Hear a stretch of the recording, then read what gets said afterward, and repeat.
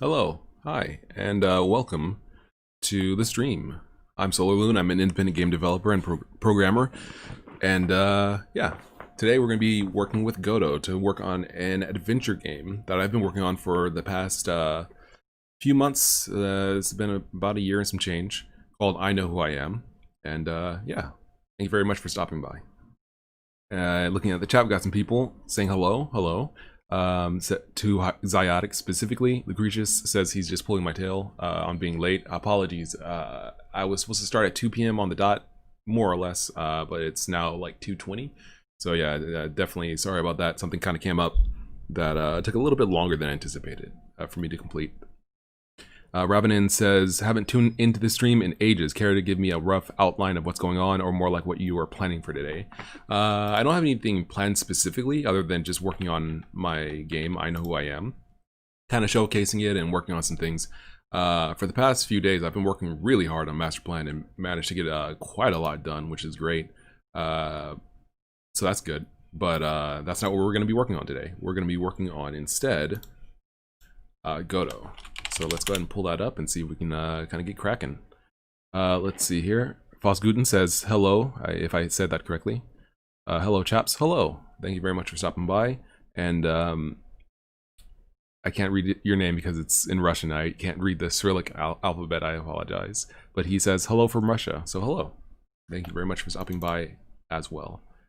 Yeah, so for those who are unaware, Godot is a 2D and 3D game engine. Works really well. It's a very popular option for independent game developers. And that's what we're going to be using for our, well, that's what I use for my project here today. So I'm just pulling up a folder on the side, just in case I need to navigate to some things. And let's go ahead and get a quick, actually this sound's off. Let me turn the music back up. There we go.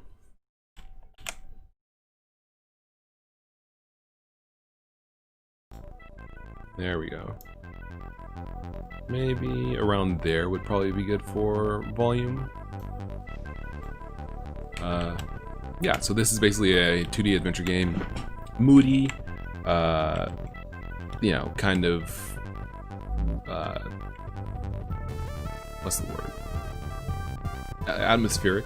And so that's basically what this is going for.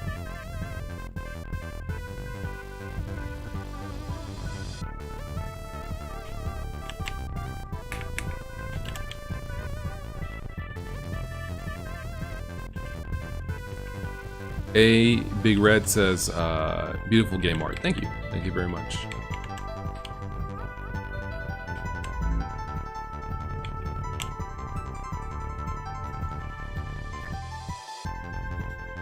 Revenant says, stream down. Should not be. Is it choppy? It might be choppy. I just checked the OBS and it seems like the frame rate's kind of suffering.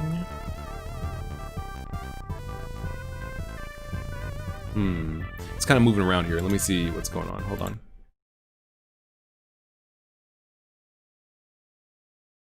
Yeah, it seems like it's not stable, but I'm not sure exactly what's causing it. Let's see.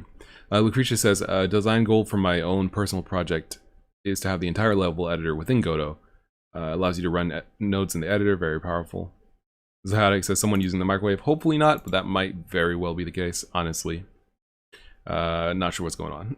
We'll have to see. Hopefully it'll just kind of stabilize. A lot of people are using the internet right about now.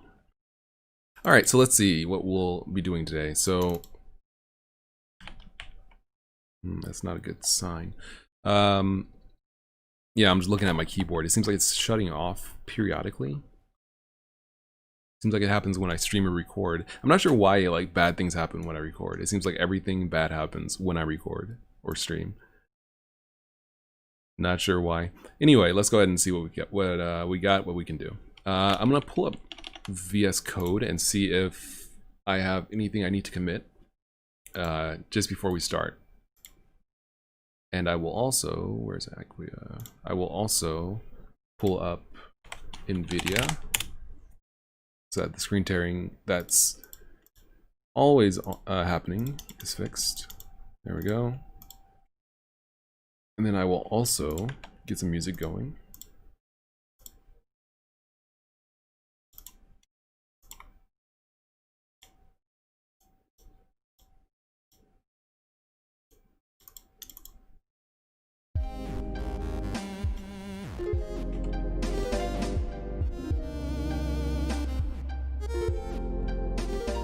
Okay, that should be good for some background music. Let's go to Godot again. Let's turn off the audio. Let's see where we're standing here.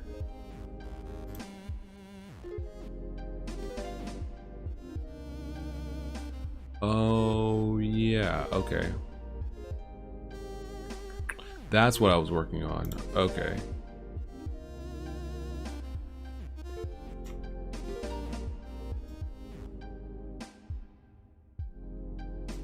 Okay, so I'm not going to spend too much time on this because I do want to, oh wait a second. A Big Red says, if you're recording the video to the same hard drive, it might cause glitches. I don't think that's a problem. I'm not sure if you mean the same hard drive as the one I'm using that OBS is running from. I'm not sure what you're describing exactly, but I don't think that's the cause of the problem that we're seeing. It's something related to bitrate, to basically OBS actually uploading the data to YouTube servers.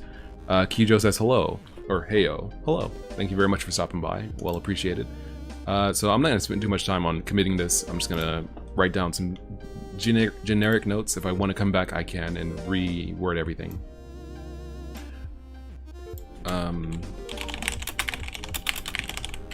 This can actually be undone.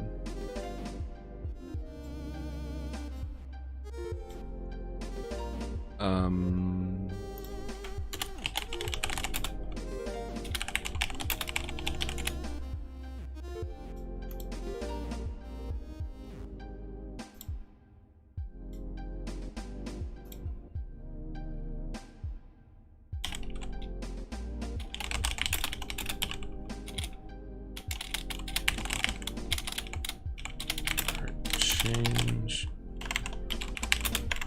Close up art. Close up color change.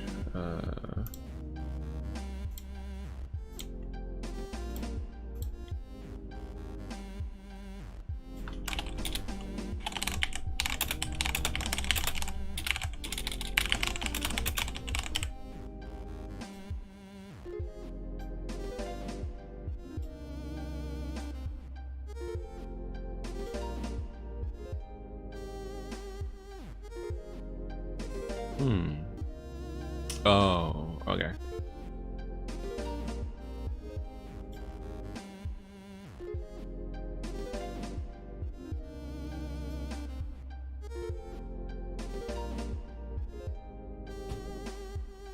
Lucretia says, "Git integration with VS Code looks nice. I use terminal. Too lazy to use the mouse." Yeah, I prefer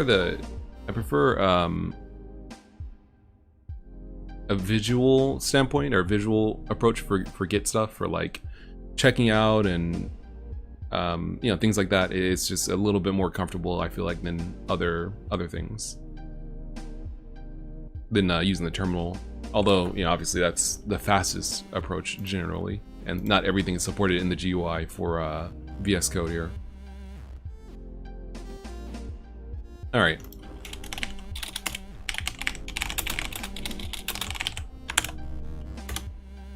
There we go. Okay, so what I'm going to do here, I'm going to do something real quick. Let me do this. I'm going to try closing some things. I wonder if Steam is like trying to download an update or something like that. So I'll try closing some programs that don't need to be open. I think that's a good start. Let's try that. There we go. Okay, I just stopped the stream and restarted it just to see if that does anything. It very well might. We'll have to see. It's for some reason it's it's not consistent upload rate. I'm not sure if, again, something's going on here. All right, well, I'll have to just see what we can do.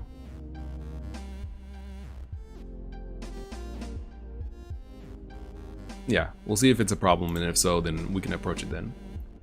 All right, so what we're gonna do here, we're gonna go ahead and try. We're gonna try a couple things. So first things first, let me take a look at the current situation of the apartment. Is it the walkway? No. Where's the entrance? It's the lobby, okay. So this is where the puzzle was. So, oh, that's right. Okay, so that's what I was working on last. Okay, so this is where you put in a number. I'm trying to remember how exactly this. Right. Okay, hold on. Computing device. What should I do? Read the disk. There's nothing really on the disk. It's almost all empty space. Right, so you have to go outside to get the disk. Trying to remember exactly how this puzzle worked before.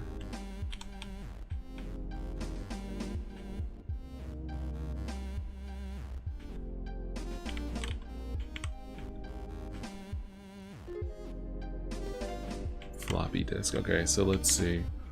So you put the floppy disk in. Okay, let me walk through this puzzle mentally, because I'm trying to remember where I need to pick up. Lucretia says, "What do all those colors mean in the editor?"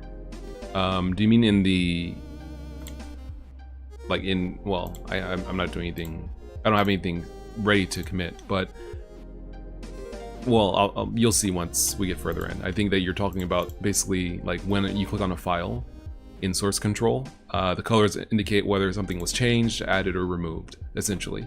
So that allows you to easily kind of see like what the file used to say and then what it says now, that kind of stuff. But we'll see in a couple seconds when I make some changes. So you go to let's see, assets, events. It's going to be the apartment lobby.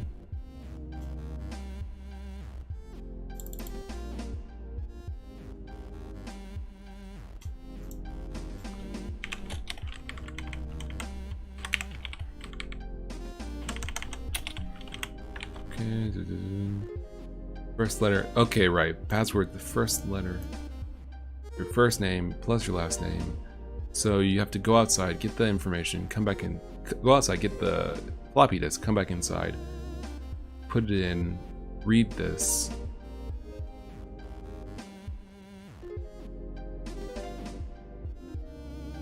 Which cage? And then you get the, okay, and then you just get the key card, and then you go inside the elevator. So there's no need to go out to the parking lot because it's 4:15 here, and then actually that's fine. And then over here, is it the city?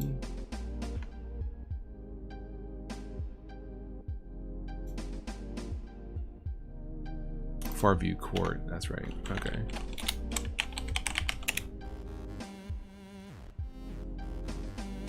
Let's see, Scott, 4:15. Okay, got it. All right, so this puzzle is basically complete. All right, so then I think what we need to do is just make it so that you can't use the elevator until you have an elevator keycard. Oh, Lucretia says this guy thinks I don't know what git diff is. I don't know. Zeus says I love that rain. Thank you. Lucretia says in the Godot editor for your level, the colors are just indicating different polygons. Because I make a polygon for the areas you can walk. That way you can have, well, that way I can have like diagonals and, you know, arbitrary shapes. So the colors just indicate where it's walkable, and it just kind of automatically happens. Godot does that. Tika says you have the best use of synth lead. It makes me think of a silky slinky. Excellent. Okay, I'm glad to hear that. That's perfect. So I think this is good. This is pretty good. So we just need to make it so that when you go in here, you can't actually use the elevator keycard here.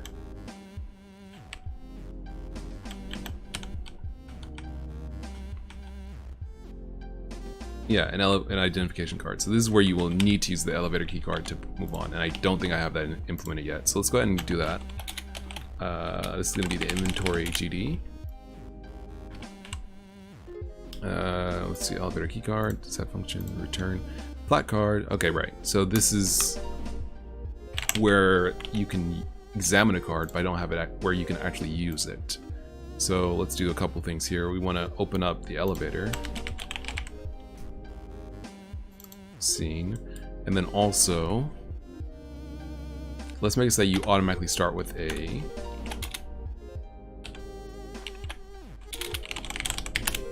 don't need that,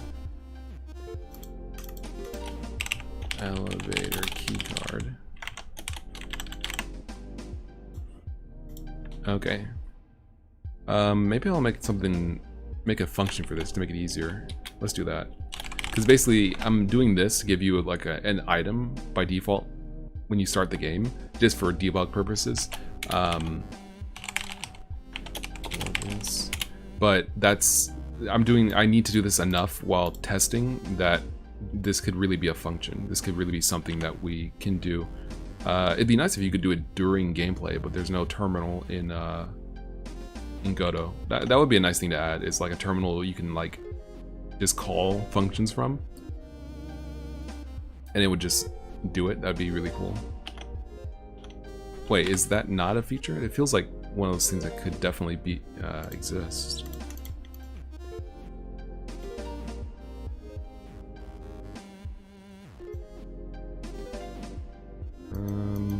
to see. It feels like one of those things that definitely could exist, and it might exist. I just might not have it enabled or something.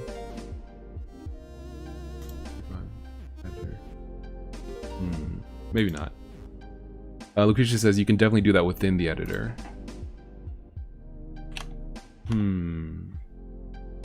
How is the question? Because I mean, you could do something like this, but this is setting properties that already exist.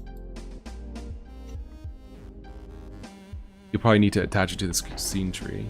I can't modify the remote, i.e. the game running. I can't modify it in any way. Like I can't like remove a node or add a node, or like even move a node from one place to another. Melissa Gaming says, hi, just got a master plan. It's pretty useful. Wow, that's really, thank you. Thank you very much for grabbing it or downloading it from GitHub and building it yourself if that's how you did it. But if you got it from itch, really do appreciate it. I made a lot of changes to it, a lot of improvements and fixes and things that just haven't been made into a release. I'm working on that for master plan. It's like, you know, I've been doing a lot of work, but I need to work on actually releasing the work I've done. And so I've been looking into things like AppVeyor and Travis CI to see about basically outsourcing building it from my own computer instead to just building it remotely and then downloading the builds, which would make it a lot easier for me. Melissa says, I use itch, you deserve support. Thank you very much. I really do, again, appreciate that. So yeah, hopefully a new build will be coming. I wanted to get it out like yesterday, but maybe today or tomorrow, because I still have to see about setting up the setup process for AppVeyor, and then maybe I'll do a video on it and kind of talk about my experience with it. Lucretia says, I mean you literally need to code it, my bad. Oh, okay. Yeah, it seems like that would be a really trivial thing to add to Godot just as a base feature. That would really like boost productivity if you could just like press a key or just, you know, hit a button over here that says terminal and just type in like, you know, the name of a function, just like one of these functions I have in my globals GD file, which is automatically loaded and is available as a singleton. If I could just type like globals.save game data here to just like trigger a save, that'd be really cool. Because then you could have things like adding, you know, giving the player an object, or adding something to the inventory, or moving the player to a specific point. You can do that kind of stuff really easily. And I know you can do that as well. You know, using the inspector here, you can, you know, grab the player and move him, and he'll update his position. Well, he should update his position in Godot, but for some reason it's not working currently. Syncing scene changes is on, and syncing script changes is also on. It's not working. I don't know what's up. Anyway, we'll do this a way. So we'll make a function that basically is add item to inventory, and we'll just cut this out and put this there. So we make a new node 2D. It doesn't have to be anything specific, just a node 2D is fine. We give it the name of the item we want, so item name. And then we just add the child, give the item the NPC brain that basically makes it so that you can interact with it, and then we add it to the inventory. Okay, so that works. So then we just have to go like this. We just say globals dot add item. Oops, add item to inventory. That's too long. Add item. Maybe just get item, and then elevator keycard. Nah, add item. That's fine. To the inventory. There we go. Okay. All right. So let's see here. Lucretia says, "Yeah, I'm just saying Godot has all the mechanisms for that. GDScript has good reflection, but it's not super trivial since you need to define how you access the script functions, nodes or otherwise."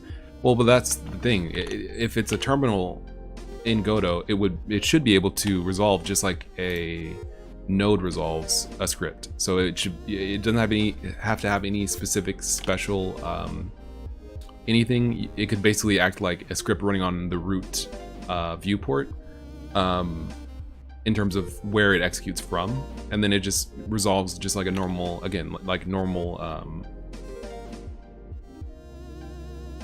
like a normal node. So you can just type in, maybe you could make it so that you can only use singletons, but even that would be really useful for just like triggering things at a standstill, or triggering things by default. Not by default, but triggering things when you need to while debugging, while trying things, while developing. There we go. So now we have the keycard. Okay, so we go ahead, we walk up to it, we can interact with it. Then you can use the keycard, and it tells you a little bit about the keycard. Excellent. Fosguten says, what file format do you use for dialogues? I tried some JSON stuff, but I'm not sure I liked it. So the file format for dialogues is all of my my entire event sequence system is based on using GDScript. Originally, I made my own scripting language that I had to parse, and I did this in Golang when I was making this game in Golang. Then I moved to GDScript, and I still had a scripting language I parsed in GDScript. Then I basically managed to transfer entirely to GDScript, and this is what it kind of looks like. It's not perfect, but it does kind of hit the main things that you really want a scripting language to hit. The general idea, I'm not going to go into it super deep because I went into this more deeply a while ago. Well, I mean, that's been a while, so I guess I can kind of walk through the idea over a little bit. Basically, ES here is an event sequence, and that represents like a sequence of events that happen. So when you go to interact with an NPC in an RPG, they might tell you a few things and maybe give you an item. That's an event sequence. It's not always dialogues. It's not always one kind of thing. They can do different things, right? So they might say like, you know, the nerve of that guy, and then they might give you a choice like, do you think I'm, you know, rude? And you can say yes or no. And so that kind of a thing. And so an event sequence represents that interaction. You can have choices that branch, you can have you know, flags that get set. Lots of things can happen in an event sequence. And so the general idea is that an event sequence here is basically an array. It's basically a list or an array that basically just contains the data that the sequence runs through and executes sequentially until the event sequence is over. And so that's what an event sequence is. And in my implementation of this, an event sequence can be defined as a class that extends an event sequence. So this computer represents an interaction that happens when you interact with a computer in I Know Who I Am, and it extends an event sequence. So it's basically a sequence of events. It's in a list. And so we have this function set sequence that we override and basically return a list of what should happen. And so what this does is this basically allows us to define quickly and easily what an interaction is supposed to do. And it also runs in a function because this way we can have this update as necessary. So for example, if you have a character that needs to, for example, say something different on the third interaction, rather than changing the interaction itself so that rather than changing the interaction itself so that it, like, for example, removes a message on the third interaction and puts in a different one, or removes several messages and puts in different ones, it just basically runs this every time, and then on the third iteration, a variable is no longer true, and then it just skips. So basically, the general idea is that you want to, again, this is how I implemented it. It's not the best. There's some downsides, but it seems like it works. The way that I approach this is basically to make a list of events that execute. The list itself doesn't change. The list is created every time you go to interact with it. So whenever you interact with the object, or whenever an event in the sequence is finished, it redefines the entire list. It's kind of wasteful, but at the same time, it kind of gets around some basic stuff that we would have to kind of alter otherwise. And by doing this, basically each event is an object. And this is good because that way the object can define what makes it finished. So a message can be finished when you press the message skip button or the accept button after the message is fully displayed. Waiting, for example, is defined as finishing after the amount of time has passed. The if statement is defined as finished when the Boolean is true.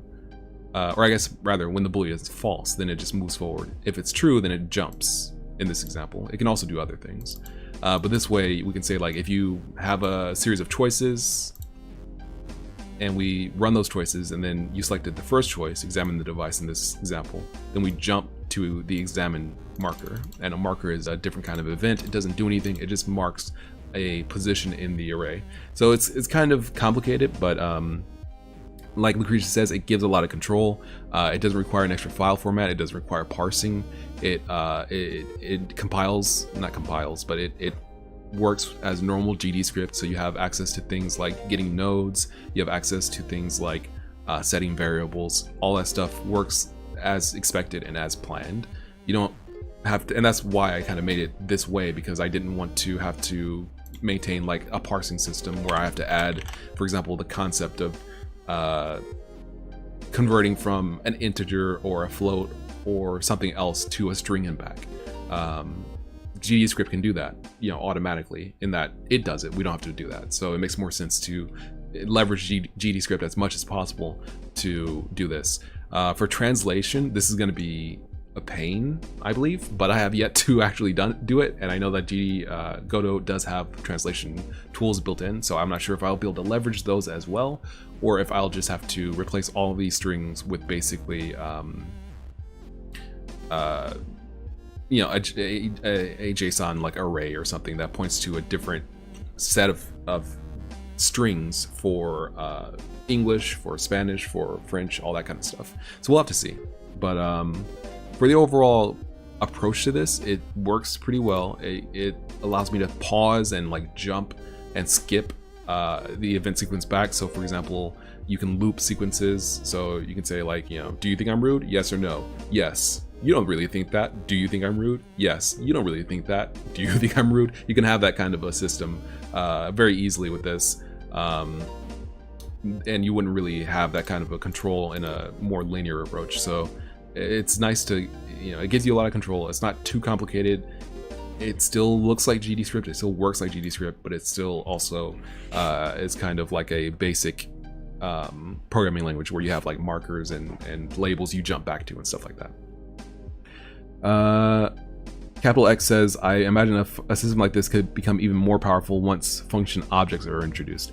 Yeah, that would be cool. I think that would be nice, because this does have the ability to call functions using function references. It's not function references aren't my favorite. Keyboard, why are you doing this? Function references aren't my favorite system of calling functions. I mean, like, it's not bad, but it's not really great. I mean, you know, it gets the job done. This is what it looks like. So basically, function is a function that returns an event that runs a reference to a function. So when this sequence runs, you know, you choose, for example, to load, you say yes, it goes to marker load, it displays this message, then it runs this function reference, which is global's load game data, which is this. It's just loading the game data. So, and then the same thing for saving the game data. So this works, but yeah, I would rather have like actual function references, so I don't have to pass a reference to a function and a list of arguments. That's just kind of awkward. Foss says, looks nice. Great to have the sequence inside Godot editor. Lucretia says, GDScript is getting a major refactor and functions will finally be first class. No more strings for func refs, finally. Yeah, that'd be nice. That'd be really nice, because func refs, not bad. There's a lot of stuff in Godot that's not bad, but I feel like they are cluttery, and you don't need them all. I feel like function references being replaced by functions, just references to the functions, actual references, is the best. It's clean, it does the same thing, but it's inherently easier to understand. If they just like took out the duck typing and the dynamism of GDScript and just made it static, I feel like that would be, you wouldn't really lose anything.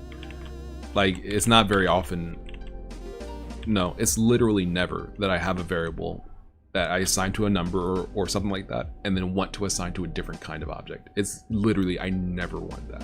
Never, never, never, never, never, never, never. That's never a good idea, and I never want it. So I don't feel like most programmers who use like Python or Lua ever really take advantage of the dynamic nature of those languages. They almost always just, I believe, just approach it as a static language. The only reason that, or the only time I really use like a dynamic, what is this argument? It could be multiple things kind of thing, is in one place that I don't actually, like, I made this as a possibility, but in truth, I only use this. Like, what this is this is a function on the choices object that basically determines which choice did you select. So if this is a series of choices, examine the device, read the disk, or leave the device undisturbed. If you select the first choice, 0, examine the device, it will jump to the examine marker here. I made it originally so you could type in, like, if you choose examine the device like this. But this is bad because this means that we have to duplicate the string, and what if we mistype it, misspell it? What if we don't type it exactly the same, like that? You have to deal with those kinds of possibilities. And then also when it comes to translation, we have to translate both the string twice. So it makes more sense to just use a number. And then I say, well, what if you have an array, right? So maybe you have an array of things. So you say, if you choose either the first, second, or third option, then we can just do this. So we say 0, 1, or 2. Any of those will jump to examine. That's cool. I don't use it. I mean, because that's only really one like specific, I imagine one specific, or very few specific interactions in any real game would have a situation where you have multiple choices and they all do the exact same thing. That's really not going to happen. So I mean, like, it's dynamism is just, it doesn't really help that much. For the most part, you want functions, or for the most part, I deal with functions where I know what they expect and they only expect objects of one kind of thing. So I feel like GDScript could just really use kind of a paring down of a lot of its tools and abilities to just kind of hit the main solid points and be fast, rather than like kind of doing a lot of stuff that you don't really use that often. I don't know. GLH says, always excited when you start streaming. Thank you. I almost said when you start screaming, and that's very exciting for other people, but not in a good way. A Big Red says, do you know any languages outside of Godot? I know Go, and I used to use Python.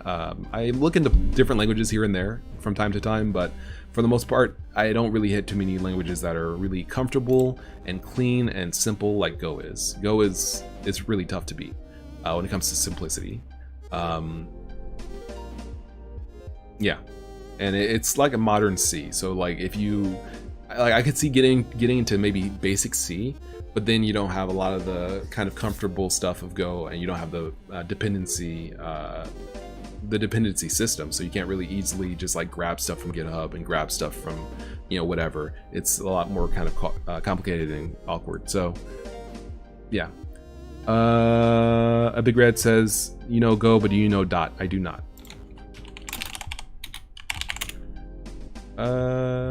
It's a graph description language. Is that what it is? Graph is.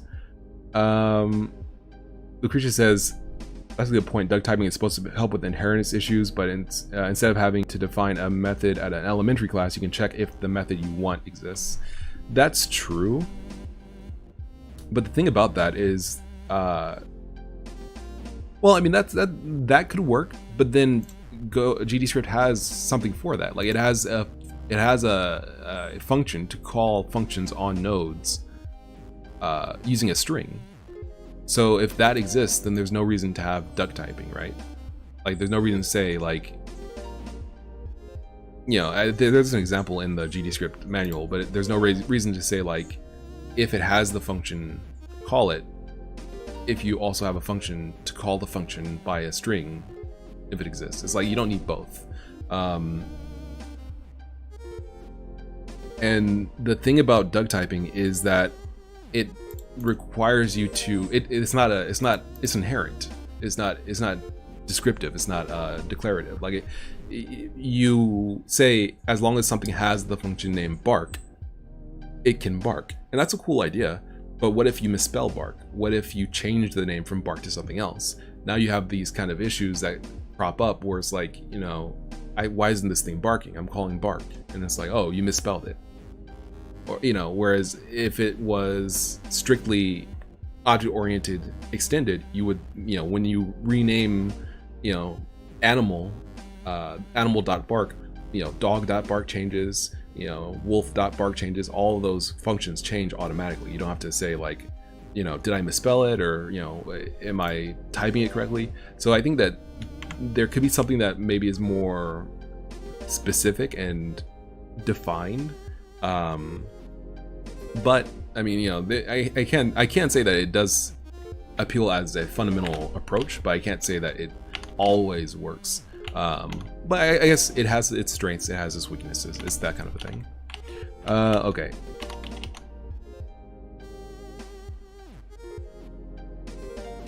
Oh, a big red says, you know Go, but do you know dot? Go dot.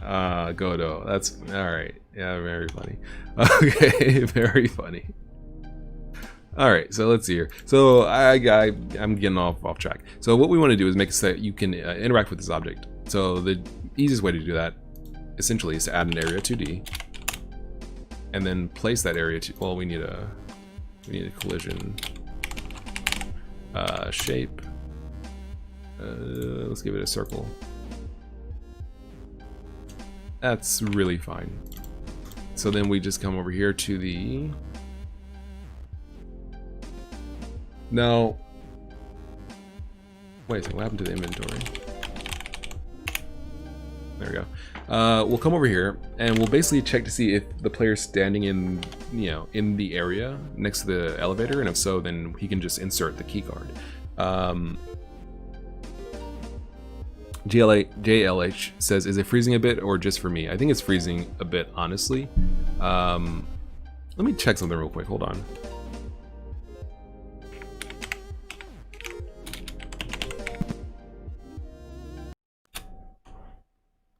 Oh, I think my mouse, or my, no.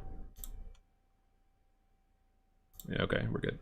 I think I might have a too high a bitrate. Maybe that's what's going on. Yeah, okay, that might be what's going on. Hold on.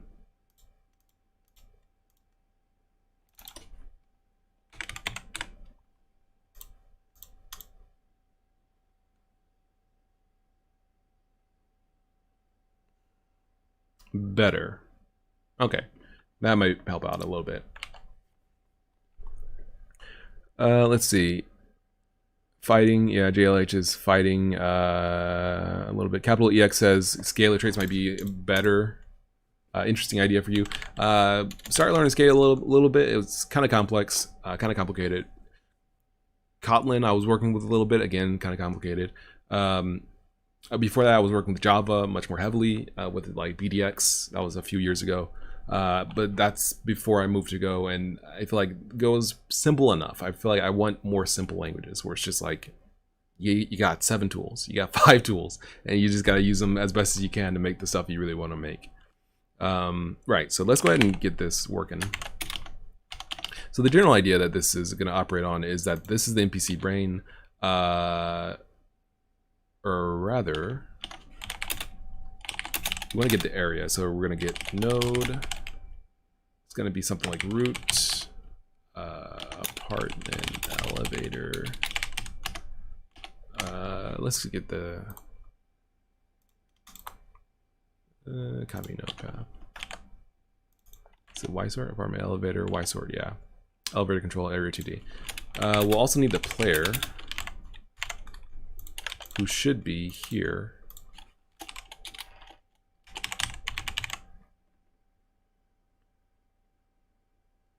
Slumber Studio says, is this Deepin? Nope, this is Solus OS.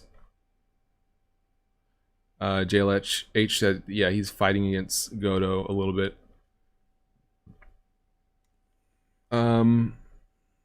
Yeah, I mean, I think it's a little tough to work with Godot.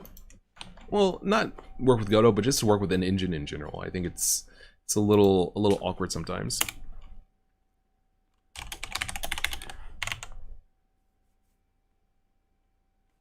Why is this red?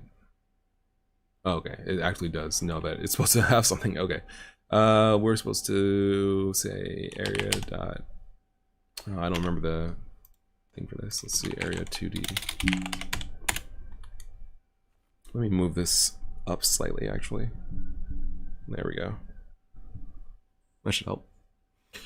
All right, yeah, that's better. Okay, so we want specifically overlaps body. Overlaps body.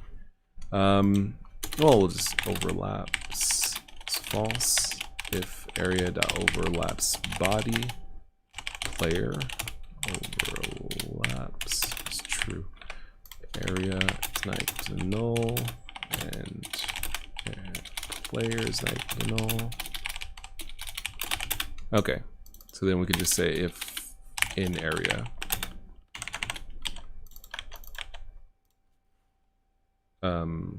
End. So if you're not in the area, then we end. Otherwise, we'll say, should I insert the key card into the elevator? And then we'll have a choice.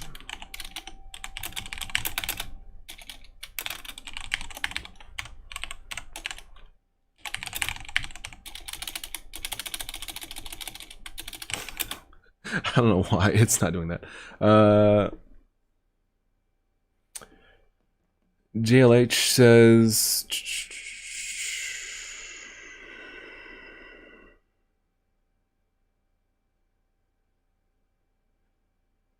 you always have small problems with engines, but in the end, it's a lot faster than making an engine yourself. I don't know. I feel like it depends. If you're good at making engines, then I don't think it would be faster.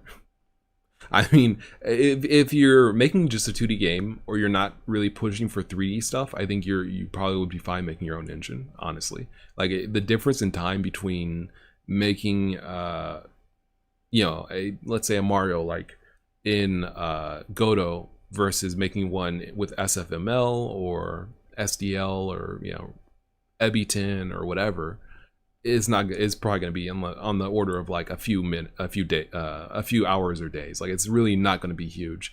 If this is something that takes, let's say you're making something for like a game jam, like a week-long game jam, you probably will be pretty much right with the other guy who used Godot or Unity. A lot of it's just knowledge of your tools. A lot of the speed that you gain is knowledge of your tools, knowledge of your craft, and where issues arise and how to fix them. It's not really, you don't really gain that much savings, I don't think, from engines, because they're generalized. So you can't really have them do things that are like, there is no make a Mario button in Godot. It's like you have to put together the stuff and make the code and do everything. So I don't think you really gain that much in terms of time saves for 2D games or small games. If you're making something that's like big, sprawling, 3D, graphically intense, then I think engines can save you time, because they come with shaders and things. They come with shaders for specularity, for normal maps, all that stuff. If you're making that stuff from scratch, that's just a straight time investment. So that, I do feel like you might want to use an engine for something that's bigger or more complex. But ironically, if you're going to use an engine for something bigger, you end up like having to do more to kind of cut out the extra stuff. Not cut out the extra stuff, but to optimize it, right? Because you're running less close to the bare metal. So now you have to worry about like, oh, I have to, Godot is faster than faster to work with, let's say, than, you know, making the engine yourself. But now you got to work with like C++ to get, you know, core parts of your game running faster because GDScript isn't fast enough. Because, you know, maybe you're making a game that's like a sprawling 3D, you know, platformer or something with a lot of NPCs and things like that, and GDScript isn't running fast enough to compute all of their paths and all of their pathfinding and, you know, animate all of them. And so you're going to be writing some of this stuff in C++. You know, I'm not saying that this is 100% the case, but I feel like this is something that you might end up having to do, because that's what I read on the Reddit for Godot, is people advising, like, if you have something that's performance intensive, you might have to use C++ for those elements. And so those kinds of trappings can... I feel like there's a reason why even when people use Unity, even when people use Godot, you don't have people coming out with games faster, really. Like, you know, you have people coming out with games and, you know, you still see, you know, this is a game I've worked on for the past 2 or 3 years in Unity. It's like, well, if Unity is so much faster than writing it yourself, then why is it not, I made this in 3 weeks instead of I made this in 3 years? Like, you know, why is it still taking a long time to make games? Because maybe games take a long time to make, and it's not so much about the engine, but rather about the problems that you run into using whatever tool you have and how to really work around them and fix them. Like, we're still seeing people take a long time making games. I'm working on this in Godot, and I'm still taking a long time to make this. This has been a year of development. It went by like that, but I mean, it still has taken time. I don't really think I'm that much further along than if I didn't use Godot. I think that it was a wise choice to switch, because it's not like I need not to use Godot, but I don't think that if I did not use Godot, I would be drastically far behind. I don't think so. Well, in any case, let's see about this. So this is going to be choices, right? Choice. If then choice dot selected.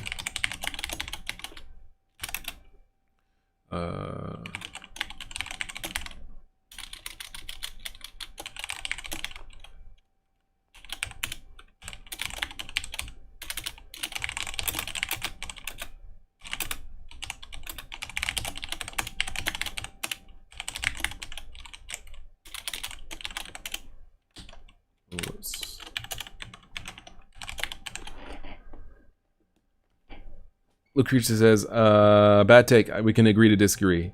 Fine. We agree to disagree. I'm not saying that Godot isn't good or it's not a time save for some things, but I mean, you look at, you know, the game dev subreddit, and you still see people saying, like, you know, we spent 9 months working on this in Unity, and it's like, yeah, it looks cool, but it looks like something that you would spend 9 months working in. Like, let's see. Lucretia says, in my opinion, it's not really comparable. I made an online game in Godot in 3 days for a game jam. Have fun doing that in C++ and SFML. Okay. I mean, like, I'm not saying it's not, you didn't have fun with it. I'm not saying you can't even be fast with Godot. But I don't think if you spend 5 years working with Godot and enter a game jam, and someone else spends 5 years working with C++ and SFML, he will have 0 and you will have 1 at, you know, you will have 0 and you will have 100 at the end of the game jam. I think you'll probably be surprised that he has pretty much the same thing. You know, in the amount of time that it takes someone to get good with Godot, it's similar to the amount of time that it takes someone to get good with their tools, C++ and FML, I'd say. I mean, you think about what is Godot, like what is an engine? Discarding all the stuff that, you know, is kind of in the middle, all the stuff that, you know, all the minutia. You're talking about a programming language, usually. In this case, is GDScript. With Unity, is C#. You know, you may or may not know it going in. You probably don't. If it's Godot, you do not know GDScript going in. It's similar to Python, but you don't know it. It's not like, you know, I can write GDScript without making errors. No, you'll have to look it over, and, you know, at the very least, you have to look it over. So you're gonna have to learn GDScript or whatever language. You're gonna have to learn how the engine executes to some extent. For example, that it has init functions that get initialized. It has ready functions that get called when nodes are added. So you'll have to know about nodes and all that stuff. You'll have to learn about the asset importing process. You'll have to learn about you know, what each node does in terms of the usual stuff. And I feel like the amount of time you put into that is roughly the same as you would put into, say, Haxpunk, and seeing how you get your PNGs to load, and how you get a sound to load, and which function on the API makes the sound play, and how do I make the volume change. It's like it's apples and apples. It's kind of like very similar stuff.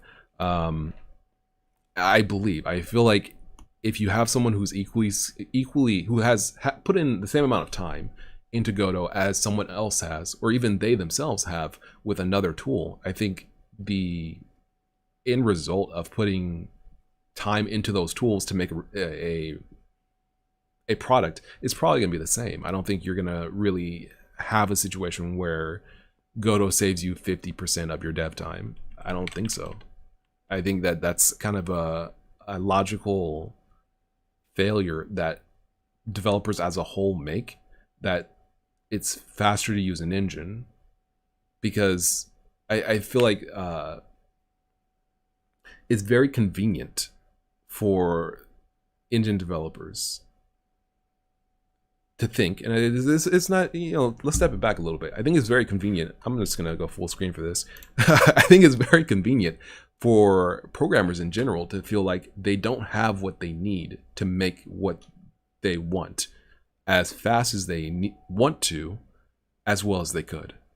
And so I think the fundamental not invented here, shiny new tool, that feeling permeates programming as a whole. I think everyone who has ever programmed, everyone who looks at, oh man, that new language came out, that looks cool, that new engine came out, look at what they're doing with that, you know, that feeling permeates every programmer. I think it's kind of a natural thing that everyone wants to be up on their game and up on their tools. But I think, you know, when you look at, you know, people in the 90s, they were putting out 4 or 5 games a year. And it's like, how did they do it? Were they using Unity? No. Like, you know, were they using, you know, Unreal in 1992? Nah. Well, you know, they were making, you know, 2 games for the Game Boy, 3 for the Super Nintendo, and 4 for like your Mega Drive. And it's like, how did they do it? They wrote the code. They did it. I don't know. They did it. They just did it. They did it. Like, I don't know. They didn't have an engine. I mean, nowadays, you know, you look at EA, they make a game, you know, the Battlefield team or whatever, they get different Battlefield teams to make one Battlefield game a year. Back in 1993, Capcom made like 5 Mega Mans. Like, I'm not even kidding. They made, I honestly looked this up. They made, I'm gonna look it up again. But they made like a Mega Man for the Game Boy, which is it's like Mega Man 2 or something like that. So it's a port, but it's an entirely different program. You know, they have to rework a lot of stuff to make it work. But like back in the 90s, they were like crushing it. Absolutely crushing it. Look at this. Look at this. Look at this.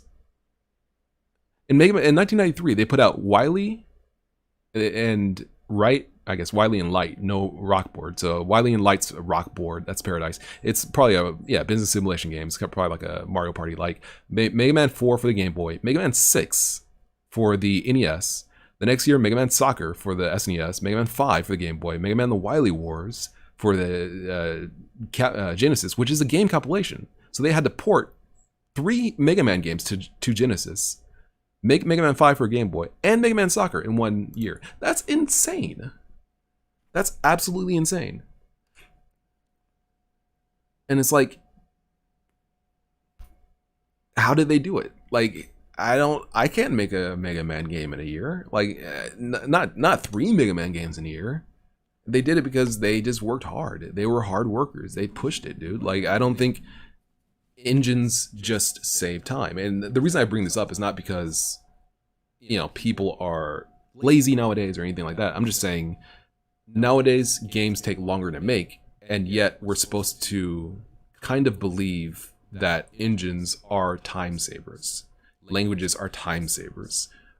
You know, if you use this language, it's faster than it's faster to work with than the one you have. If you use this engine, it's faster to work with. The iteration time is so much smoother. The compilation time is so much lower.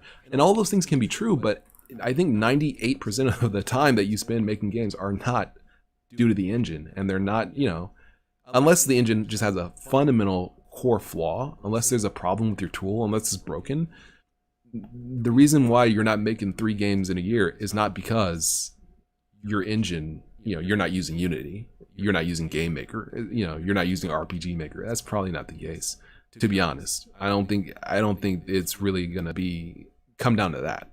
I just don't think it is.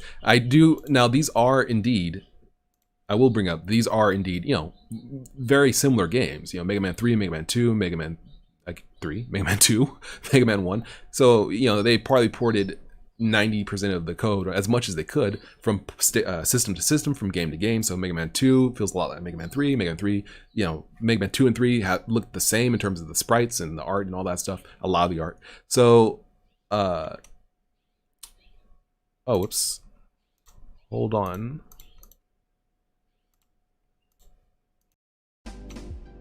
There we go. Melissa Gaming says, I'm hearing an echo. Yeah, that was my bad. Lucretia says, I agree that you can write the same game with different code, but most of the time you're reinventing the wheel, and that takes time. I do think that the reason why they're able to do this is because these were sequels, for one, but also I think they reuse a lot of code. And I don't think people really reuse code anymore, and that's kind of why sequels don't come out that often, and games take longer to make. I think that must be it, because otherwise I'm not sure why games take longer to make now compared to other, in the past. And this wasn't even like just Mega Man. There was let me see if I can find it.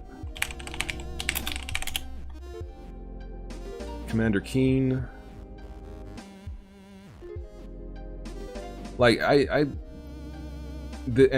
talked about this or tweeted about this, but there was I can't remember the name of the guy. Is Campster? Can't remember what his YouTube channel is called. But Campster does videos on games and how they interact with the player, and different game mechanics and plots and genre types, and lots of good stuff. But one of his videos was on a old, the first FES, one of the first FESs that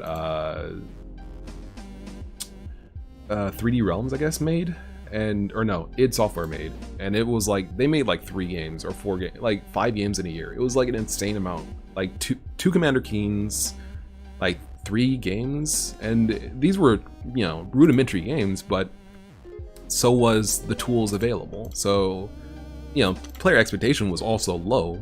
That's why you could make very primitive games and have them sell or have them be interesting.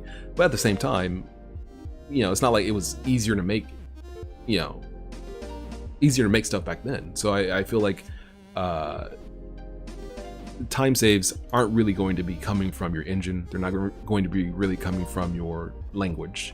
For the most part, time save is going to be coming from your approach to game development, and what you make and why you make it, and how you make it, really.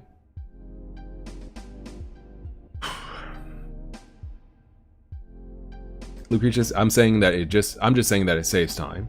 I do think it saves time. I don't think it saves enough time to go with it over other tools. I think it saves time, but it obviously you're going to be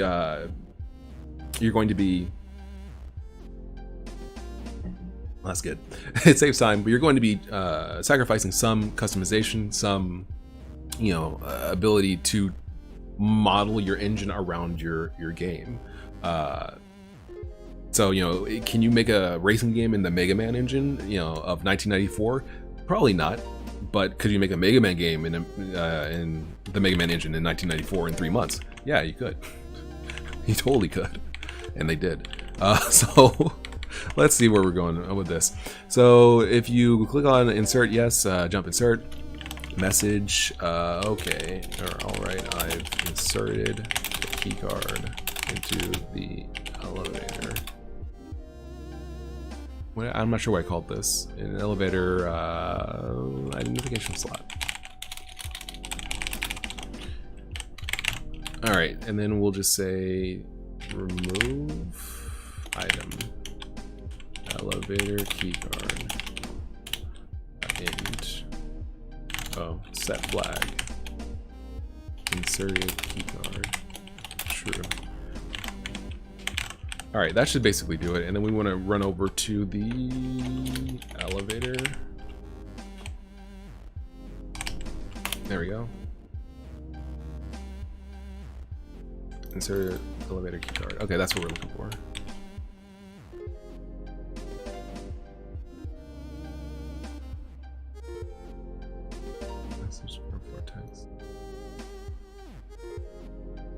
Okay, I think this is right. So we want this specifically.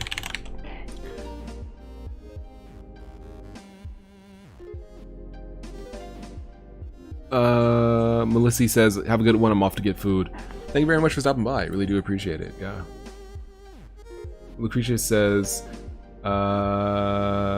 wait. Teddy says, completely unrelated to the subject of discussion, but is that planning software you made way back when available publicly somewhere? It looked like something I would love using. That's Teddy O'Connor. Yes, it is available publicly. It's called Master Plan.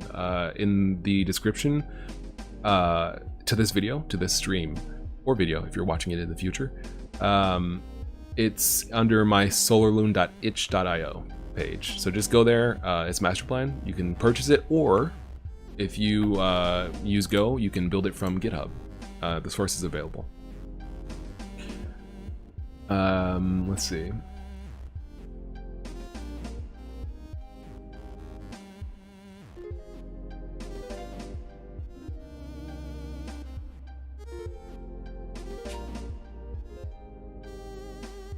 Yeah, so it's a very interesting discussion, very interesting idea of, you know, what engine to use, what tool to use. I think people who maybe specialize in one tool, you know, you can do that, but you probably want to try different tools and kind of find where you land and what kind of fits your use cases. If you can, you know, get by fine with just, you know, a framework and a language and not really work with an engine, maybe that's best for you. Maybe you prefer something that has a UI like an engine. If you're doing heavy UI work, you know, making something like mobile games or stuff like that, that would probably be a lot easier to do with an editor of some description. Maybe you'll make it yourself, or maybe you would be best off using Unity or Godot or Unreal or something like that, because they tend to have a visual aspect. So it's something to think about. It's definitely something to think about.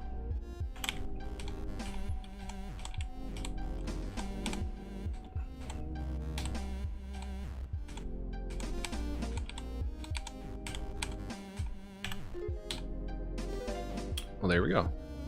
That works.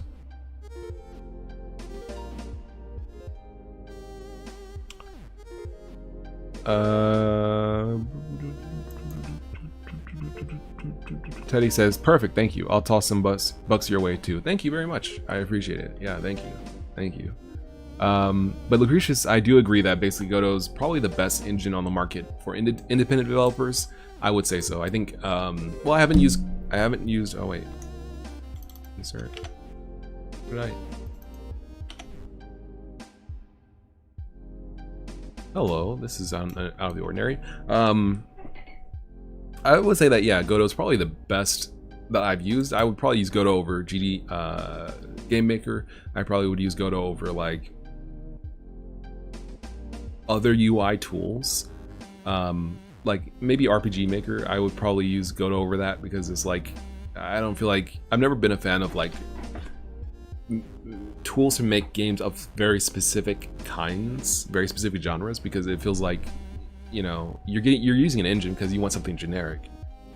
So to use an engine to make something generic, to make something specific, it feels kind of weird. Like, you know, if you want something specific, make your own engine or use a framework. If you want something generic and to kind of save time and not really focus on the you could say the big picture, or I guess the little picture, then you can go with an engine. But I don't really, I've never been a fan of like the Pixel Game Maker or, well, I haven't tried the Pixel Game Maker, but I mean, there's some nostalgia with RPG Maker. I can't even say that like I wouldn't use it or it's a bad tool. I wouldn't say that, but I feel like you could probably, like the time you say you lose by implementing RPG Maker mechanics in Godot or a generic engine, you save when you have to do things that aren't supported by RPG Maker, like not moving on a grid, like having maybe arbitrary resolutions or running shaders, stuff like that. So it's something to think about, assuming that RPG Maker doesn't support those things. Let's see. Lucretia says, not at all offended, just an interesting subject I wanted to interject in. No, yeah, I appreciate it, and I agree. It's very interesting, and I think it's good to talk about it, because I think most developers who are new to the process of game development jump into something because it's popular or because it's been well tested, and that doesn't make a good engine or a good tool, I guess, more generally. Like, you know, what did you make your game in? Godot. Okay, I'll wait until 5 other people make their games in Godot, and then I'll make my game in Godot. It's like you're not making it because you're not using Godot because you like it. You're not using it because it fits your use case. You're just using it because other people use it, or because it's popular, or because somebody made something that looks cool in it. And it's like, why don't you make something cool in what you have? Like, you can make something cool in what you have. You don't have to follow after other people and like try to, you know, follow the crowd of other people. It's just like, you're making good stuff, make good stuff. Don't worry about what other people are making it with. It's like the, you know, oh, what'd you draw that with? It's like, it doesn't really matter, dude. Like, how do I give you an image and you say, what did you draw that with? It's like, it doesn't matter. Like, if it's like, and it'll be like a black and white like sketch, like it's, you know, kind of a sketchy style, and they're like, oh man, which pen do you use? It's like, dude, it doesn't, you know, use GIMP, use your tablet, use a pencil, use whatever you got. Like, you know, just make it. Like, it's not like Photoshop doesn't imbue you with special abilities. Like, it's just an art tool. Like, you know, you can use GIMP, you can use Krita, you can use Adobe Illustrator, you can use Blender, you can use whatever, and just make it look good. Let's see.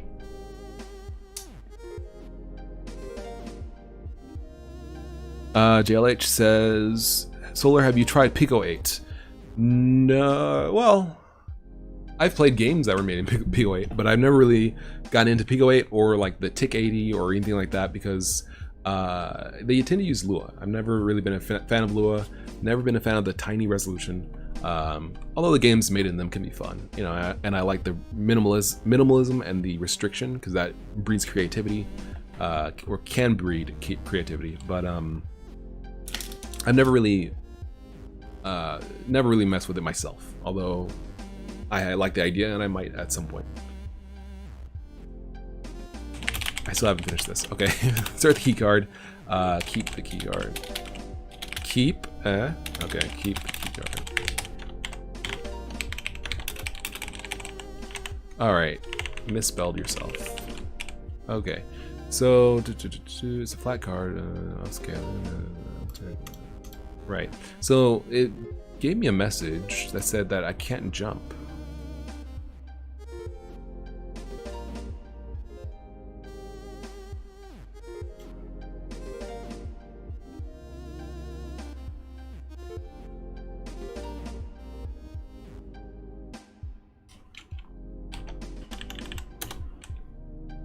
I'm not sure how I never saw this before. Okay.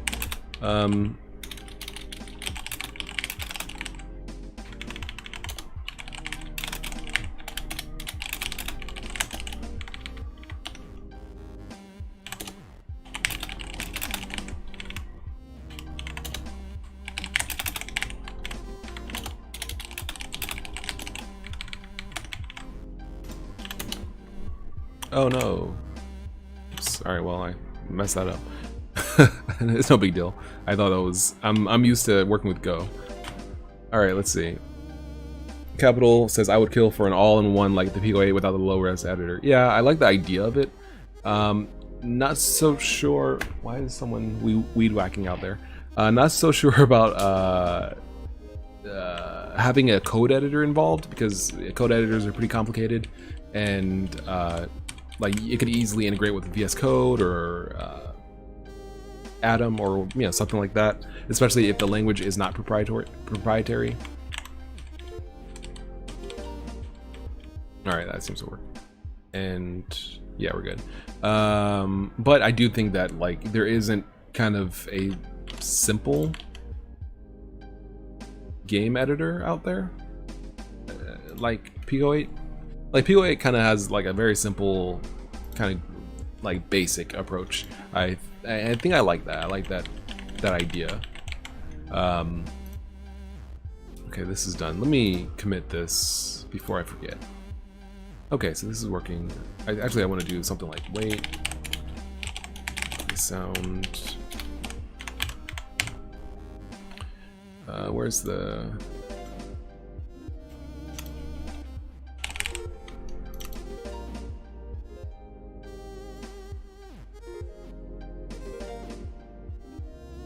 Is it gotching? Is that right?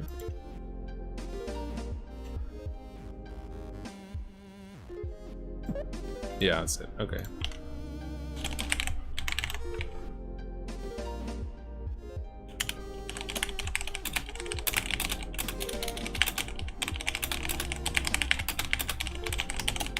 Okay, so that should be good. We don't need to do anything with that, and we should be good. Rashad Z. He says, yo, what's up? Welcome to the stream. How's it going? Critter gang for life.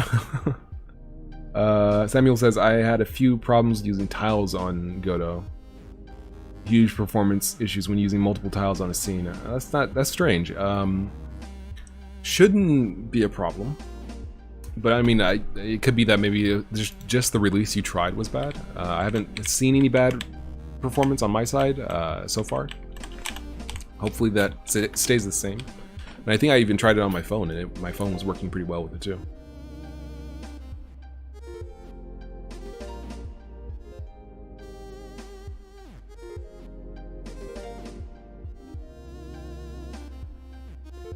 Sorry, I'm just making sure I didn't have any like important messages or anything.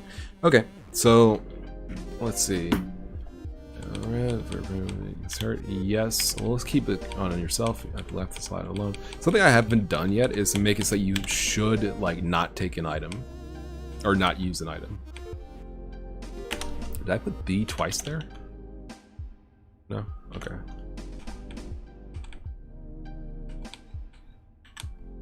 Alright, that seems to work.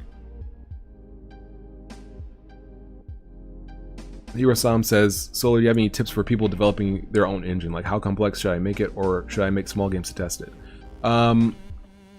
It depends on, I mean, if you're trying to make your, like, if you're trying to make a generic engine, it might be good to make games in it. If you're trying to make an engine just like, I'm trying to make a game without using Unity, just try to make it without using Unity, basically. So, like, you know, let's say you're using, let's say you're using Lua, and you say, well, let's say you know Lua, and you're like, I want to make a game, I don't want to use Godot, I want to use Lua. How do I do that? Well, get started with Love 2D. That's a Lua game development library, and just crack away at it and see how far can you get, and what, well, not really how far can you get, but rather at what point do you have issues, and once you identify that, figure out how to circumvent that or solve them. So if you say like, oh, I don't know how to do collision detection, well, look up Lua collision detection or Love 2D collision detection libraries. You know, you're using Go, then use Ebitin or Pixel or RayLibGo or whatever, and go with that to make it a game. But if you're trying to make like an engine, you're not trying to make really games, you're trying to make engines, then yeah, I would probably go with, you know, trying to envision how to make an engine that fills the needs that you really want to fill and makes the kind of games you would want to make, and make small games that use the engine.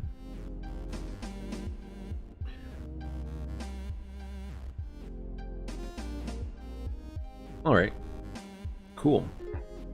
Oh, and Noah says that Construct 3 is a good choice. Construct 3 is a good choice. Construct 3 is a good choice.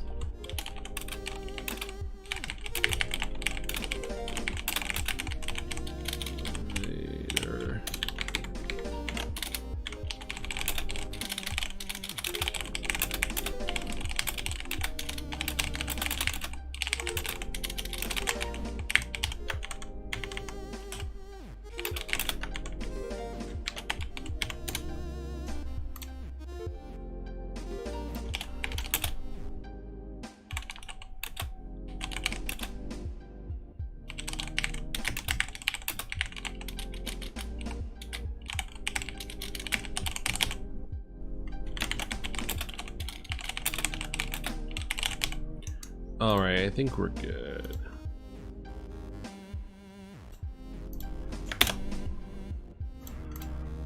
There we go. Okay. So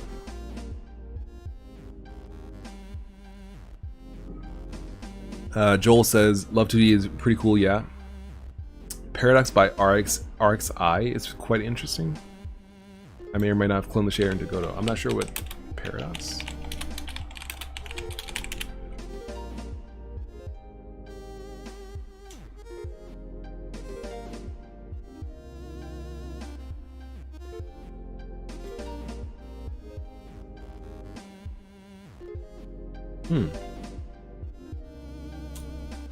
That's a game? So Paradox by RXI is a game, but I'm unfamiliar. I'm not... Was that made in Love 2D? If so, that's great. That's excellent. Hero Sam says, have you heard of the new Vulkan API? Yes, I have heard of Vulkan. I know it's like really complex, or not complex, but just more complicated to get up and running. So, I mean, I haven't really personally interacted with it. I don't plan to. That's, I think, a little bit more low level than I really feel the need to mess with currently. Lucretia says, great stream, gonna head out to work on my own game, but you know how I enjoy your content. Solar Lunar forever. Thank you. Thank you very much for stopping by. And yeah, love to see. Oh, well, he might have left, but Lucretius was working on a game as well, like a game where you control a character with like a wrench or like a some kind of thing, some kind of like device that allows him to like zip line on stuff. It was a cool idea. I wonder how that is going, if you're still working on it or if something else came up. Let's see. Rattling Bones says, what do you think of hacks? Been trying out heaps, and I find it interesting. Only downside is that there aren't many resources around to dissect other people's work. Hacks is a good idea. I think it's cool, but Solus specifically doesn't really have the like all the tools implemented to really take advantage of hacks. So unfortunately, I haven't been able to work with it, even though like I do like the idea, and I do think that it, when it works and when you are able to get everything up and running. Okay, so like the tool chain is hard to get up and running. It's kind of comprised of a lot of different moving parts, but when you do get it all up and running, I think it's a good tool, and that it can really do good work for you, because it does target a lot of what the heck? When did that happen? That's weird. Was that just always like that? Let me see. Like that, those squares, were they always there? Or did I just... Where's, give me, where's no, keyboard, why? That's strange, I don't remember this being like this. Just a couple seconds ago. Yeah, so I think that it's a cool, very cool language, works really well. It's really, I think, a niche that not a lot of languages, or really any languages, hit, which is the ability to kind of easily target a variety of platforms in such a way that it really doesn't matter. Ideally, it really doesn't matter how, like, where you're programming from, or not so much where you're programming to, and it's kind of just like it will work. I think that idea is really good, and I think more like there should be a lot more love for hacks compared to like C#. I mean, that's pretty popular, but like hacks that's a sick idea, I think. Yeah, Hero Sam says Papers, Please was made with hacks. Yeah, I think either made with or ported to hacks for specific platforms. So let me see here, because this is kind of a strange situation. What happened to... Yeah, was this always like this? Why was... Didn't I just... Huh, that's weird. That's really weird, because I don't remember that being that way. Alright, well, whatever. Okay, so that's working.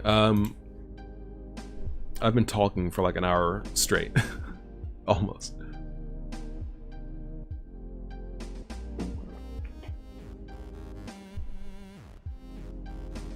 Radling says, would have expected Hacks to run fine on Linux. I'm on Windows and it's surprisingly smooth.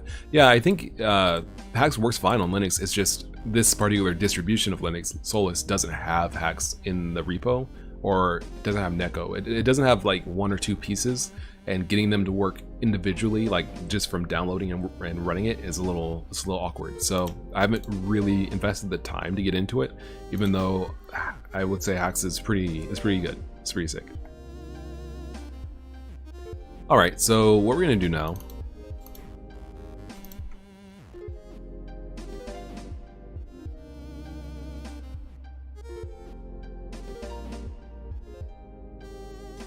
Man, my upload rate is just it's wildly moving all over the place. I'm not sure why.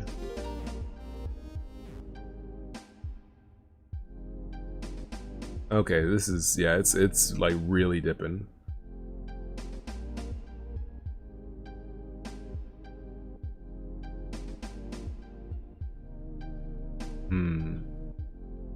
All right, give me a second. I'm gonna investigate this a little bit, see what's going on.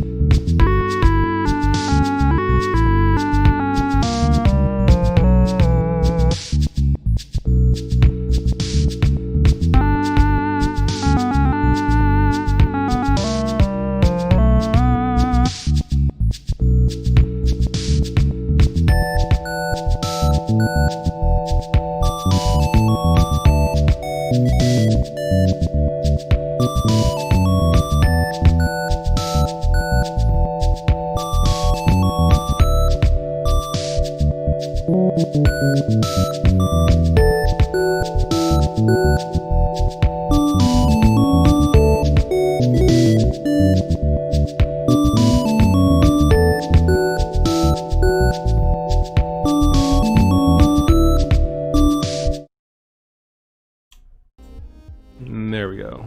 Okay, so I looked around. I didn't really see anything out of the ordinary, actually. Yeah, I'm not sure why my upload rate is tanking sometimes. It's back to normal now. I don't know. Joel says, let's see. Have you ever done a collaboration on making a game? I haven't had great experiences with mixing coding styles. No, I haven't. I don't think I've ever done a collaboration with anyone. Yeah, so I know that, yeah, that definitely could be an issue. Definitely could be something you run into and have some issues with. And also, cool. Please wait, Art. Did you draw that? Yeah, I did. Thank you. Thank you very much for the compliment. All right, so that's done. So you can go up. You can basically finish the. Oh, but we never got the parking lot working. So what we're gonna do.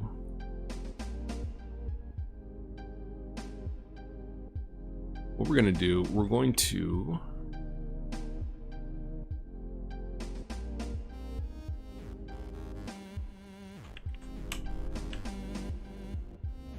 I think we're gonna implement something here. Maybe this will go with the parking lot. Does that make sense? That people would go to a parking lot at a subway station? You drive up and then leave your car to take the subway station? I feel like I could kind of believe that. Or maybe this. You go in here, you get the yeah, maybe you get a subway ticket.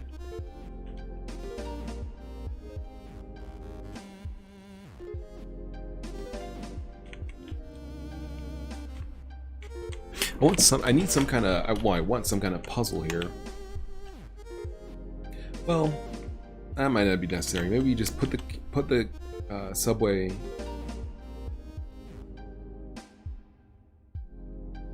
You put a ticket in here, and that basically lets you in.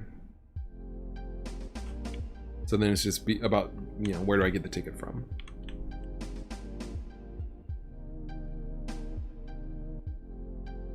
Here some says, like the blurry effect, did you use a shader, a filter or a shader or something? Yeah, it depends on what you're referring to. If you mean like, it blurs on the outside, yeah, that's a shader. There's a image over the screen when in certain maps like this where you're inside and it's dark, that just kind of like darkens the edges, like a vignette.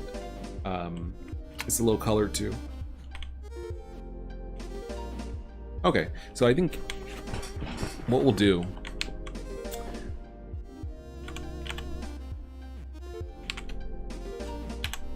let's do this, because I want to kind of fold this story in a little bit.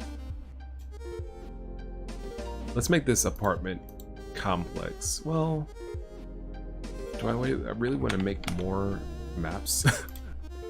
Because there's already quite a few, and I haven't finished the ones that all exist here. Where are we at? Is it Hartwell? Yeah. So like you can go in, my original thought was that you can go in here, but there's not really a reason to make this. Because if you can go inside here, that means that you have to have like a inner area that leads off into apartments, which at least there needs to be one open apartment to make it, you know, to have it be there for a reason. Which I imagine would be this person.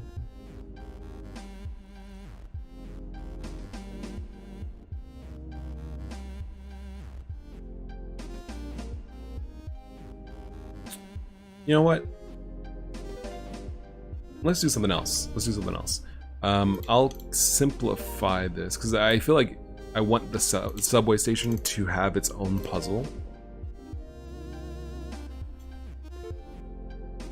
When you get to the subway platform, I guess more specifically.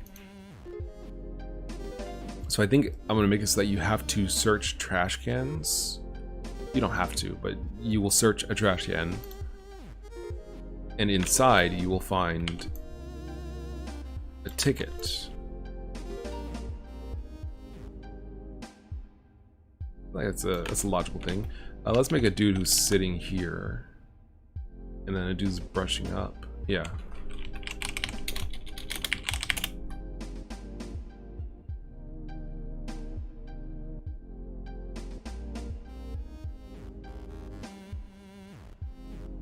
Oh, Steam's not on. I was wondering why it was taking so long. Okay. There we go.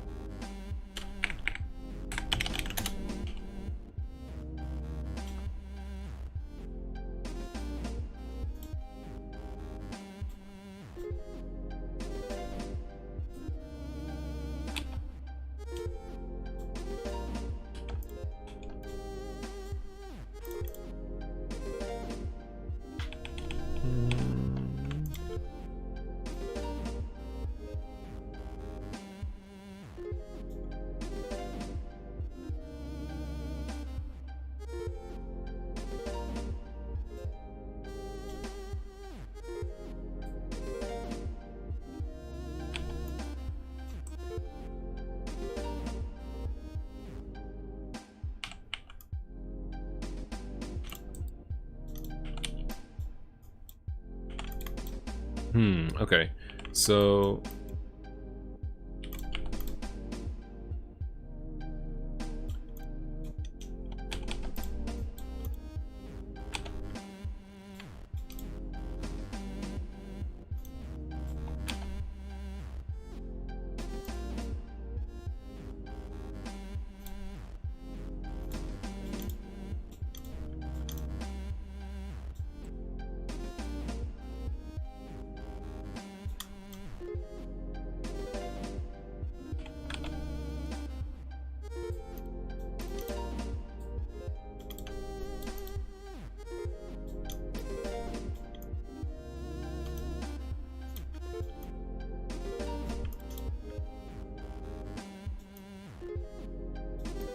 okay.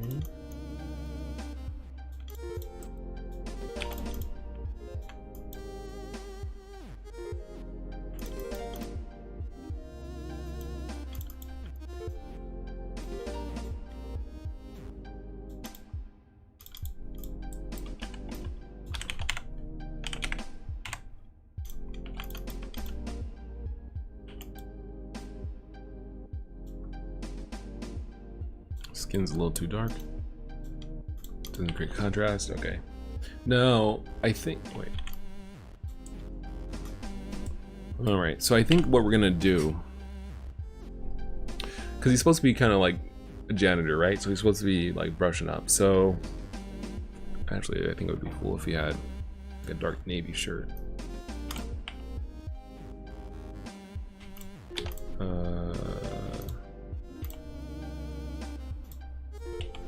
Yeah, and then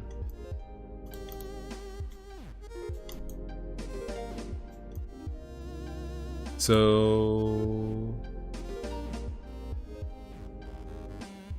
for now, let's just give him a standing room, I guess.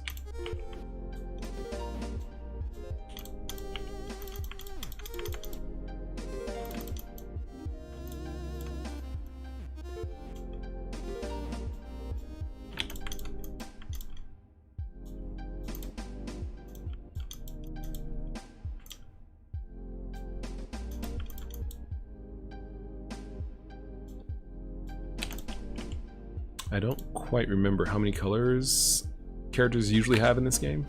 Let's see.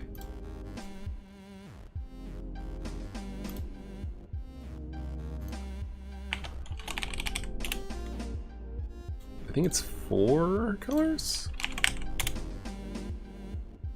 1, 2, 3, 4. Right, yeah, blue, gray, yeah, 3, 4. Okay. Yeah. So generally 4. So I'll see if I can restrict it to that many colors here. I think I could probably do it.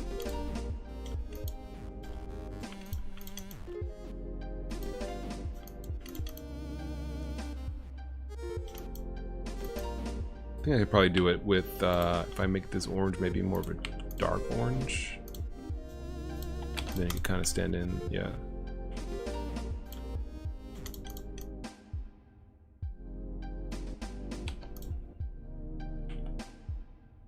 One, 2, 3, 4.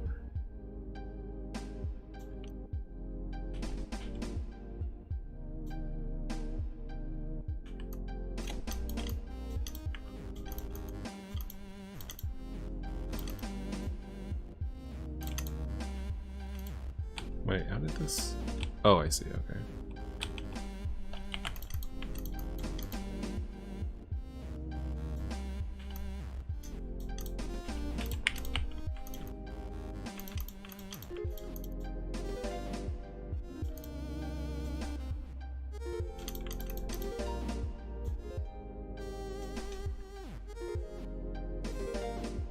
Let's see.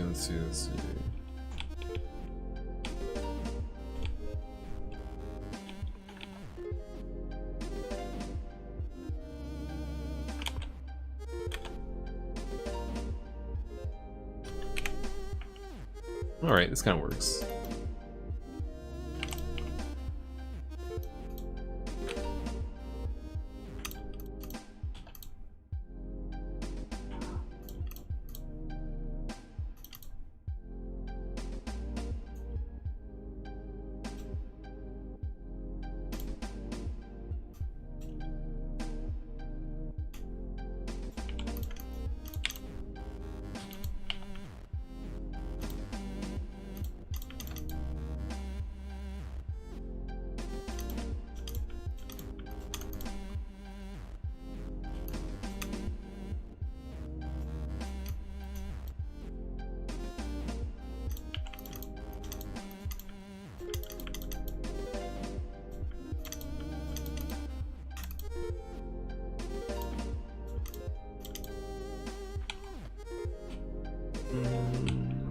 Yeah, I think that's probably fine.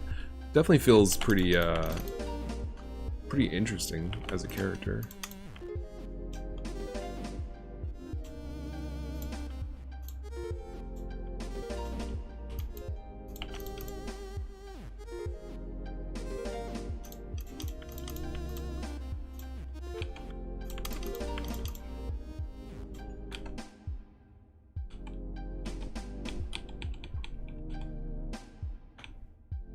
Yeah, that adds a little bit more weight to his body.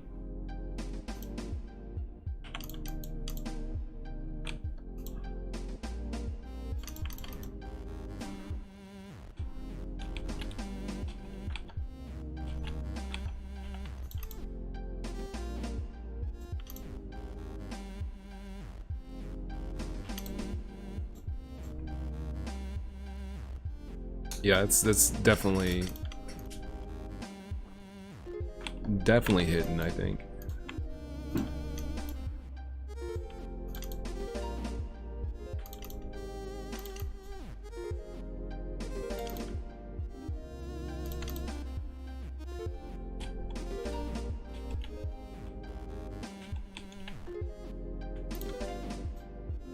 This could probably be a brighter white.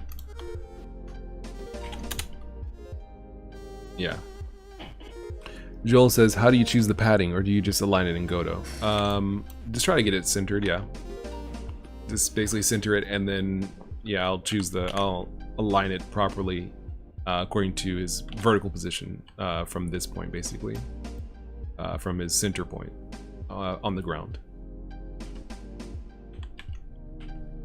Hope that answers your question, even though I know it probably doesn't. Apologies. Actually, I like that boot much better. Yeah.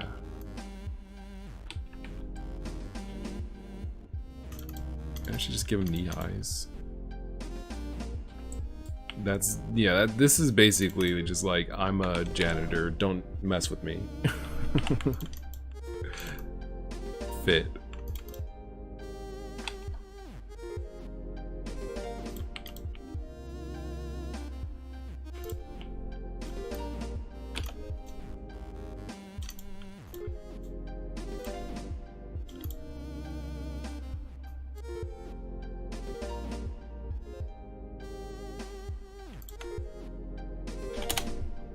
Yeah, that's pretty good. You know what? Let's invert it. What if it was like that? Nah. I think that's the look. That's the look. That's the look. You know what? Not orange though. Not orange, because I think there's too much orange in this scene.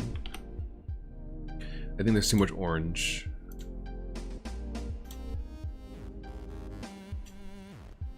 I think he needs to stand out. He doesn't need to, but he can. So let's give him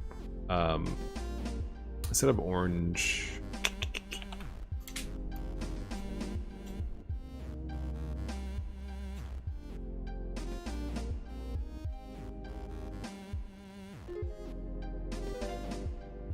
Maybe gray, light gray.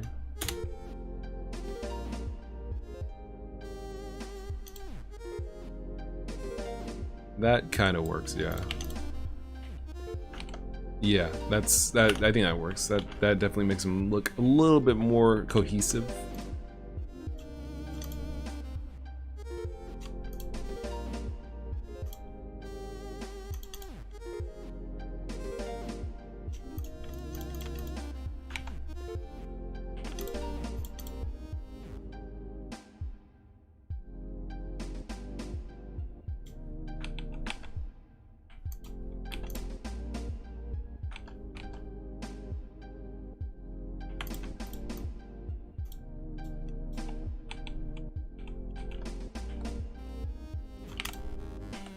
Nice. Okay, we're good.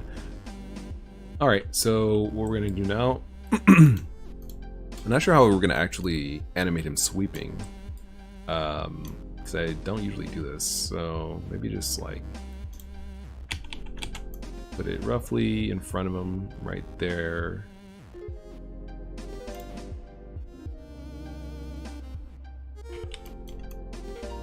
Draw it bending the other way, I guess.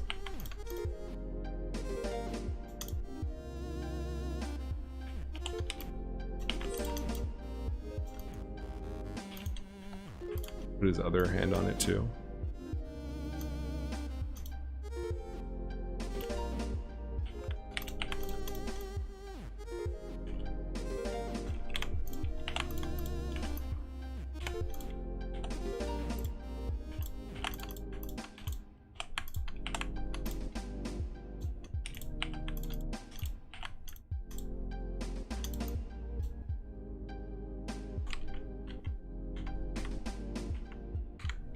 I think that's a good start.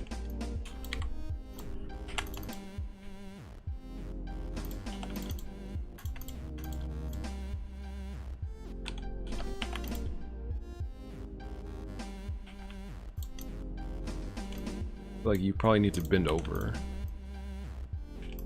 or bend forward slightly.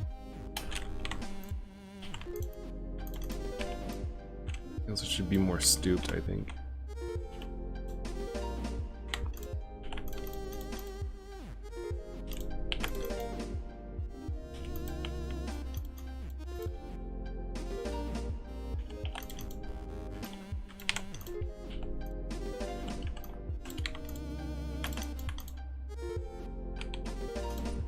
Does that make sense?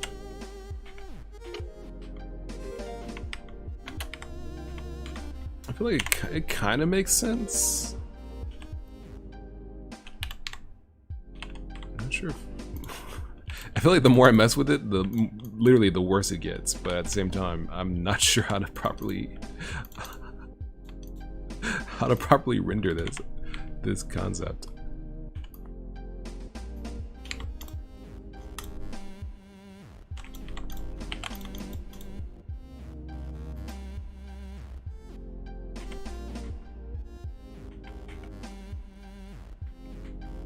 I think the motion is gonna do a lot to sell it, actually.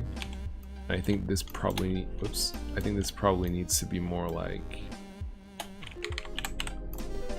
up there, yeah.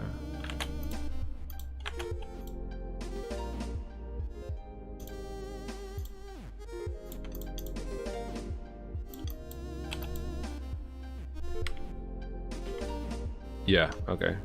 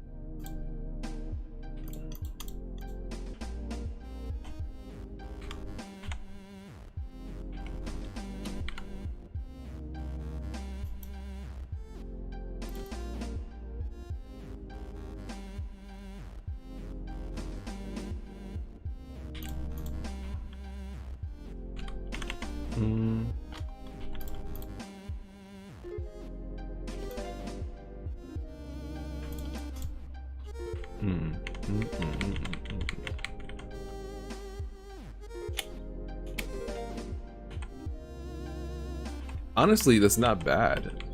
Like that's actually way better than I kind of thought it would turn out, because sweeping's kind of a tight action. It's kind of hard to portray at this scale, but it definitely turned out better than I kind of thought it would.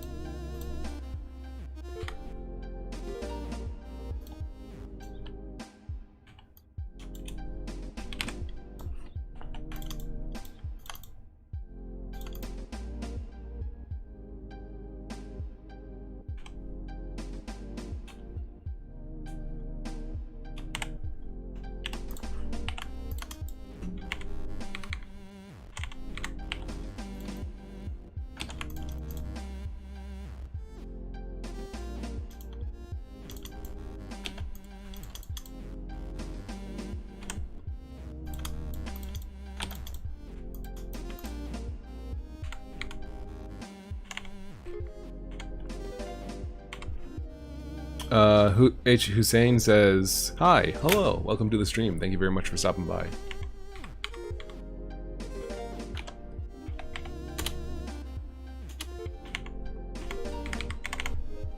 All right, all right.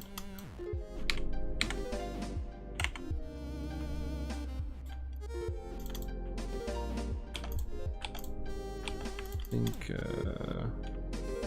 feel like it's. I feel like his arm's too long, but I'm not sure. Like I feel like this specifically, that frame, his arm is just way too long. I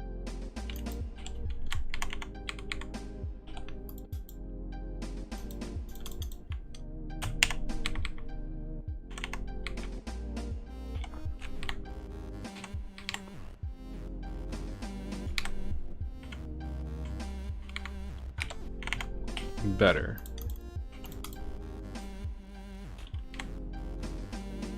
No, that doesn't read as well. Child of Air says, I love your pixel art. Thank you, even though this is... It was this close to crashing and burning.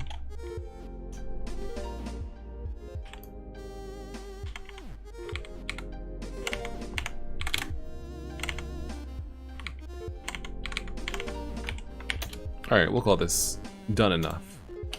Let's go over to Godot. Why is this? Oh, that's right, I did that. Okay. Let's find the refrigerator. And we're just gonna duplicate this and call this a janitor. Because there's not that much that goes into these characters. There's a package at the gate. Whoops. Okay. Let me let me go give him. Oh, you could give him a mop bucket, which you can knock over.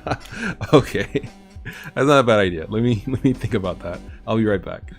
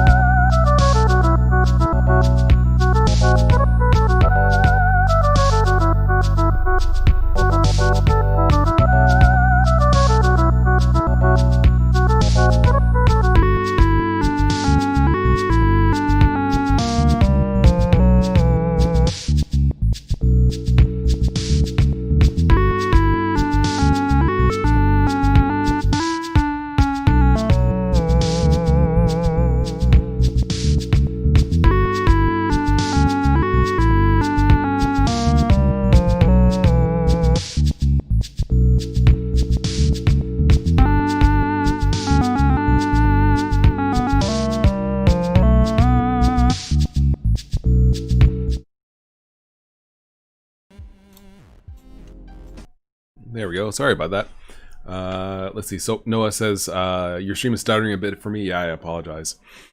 I think it's I think I'm gonna, the way I have my internet coming into my computer, I think I need to change, and that might be what's causing it. I feel like this started kind of when I made a change to how I get the internet to my PC, and that's really what's the problem there. So we'll have to consider that next time around. Yeah, okay. Change the music a little bit. Let's get the janitor up in here.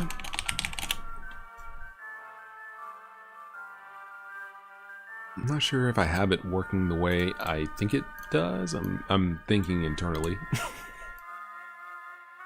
Thinking internally here. Let's try this. Animation player.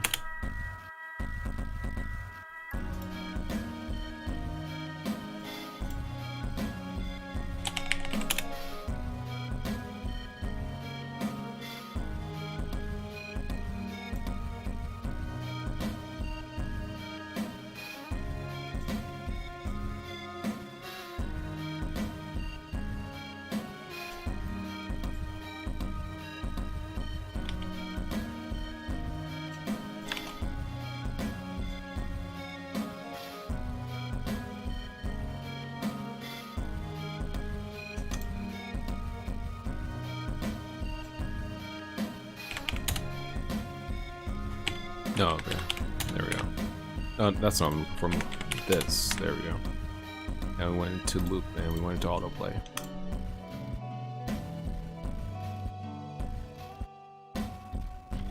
Okay, that kind of works. I think we need to make us at this frame, have this broom be a little bit more straight.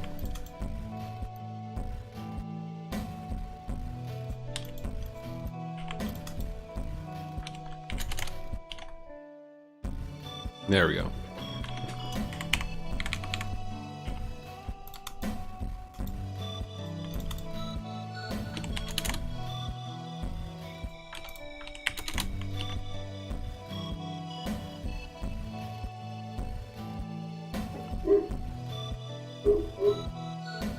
Alright, so there we have his sweeping animation.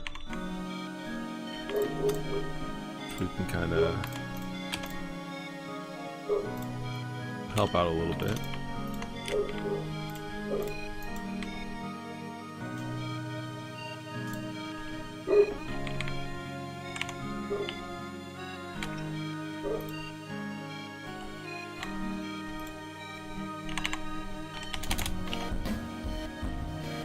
Yeah, that kind of works. All right, so what we're gonna do now, we're just gonna move it up a little bit till it's right around there. And yeah, and then for walking, he should basically go back. There we go. Now I'm not sure if I have this working correctly, but we'll give it a shot. Janitor. Let's give it an NPC brain.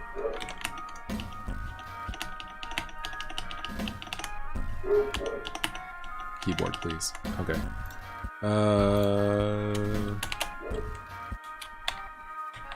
Do I have an event for this? No. Subway entrance. Okay.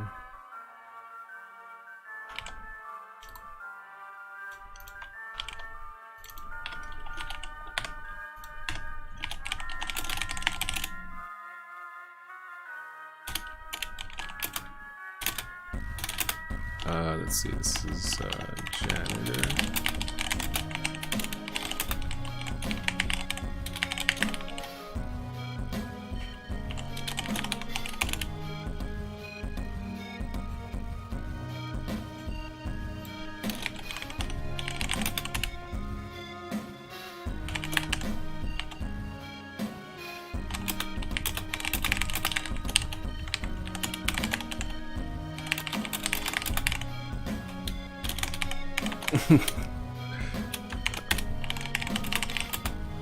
Let's see, without...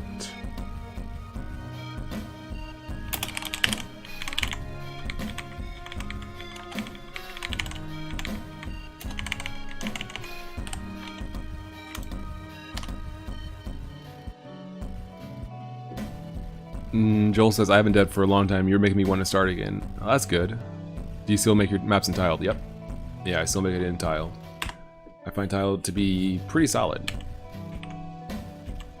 Okay, there we go. So he's sweeping. Yeah, I kind of thought that he wouldn't respond. So let's go ahead and see if we can do something about that.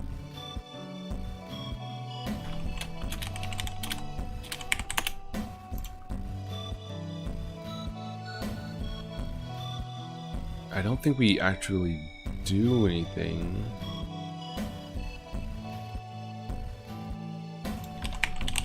Just flipping? Yeah. Okay.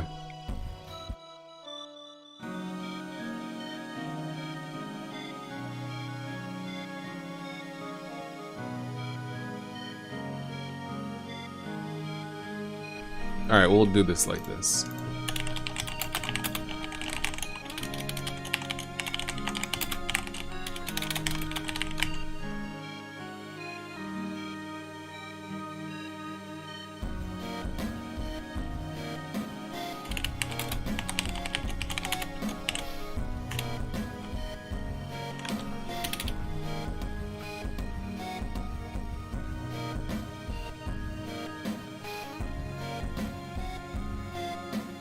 Joel says, I just noticed the colorful collision polygon. Does it work like an opposite opposite collide.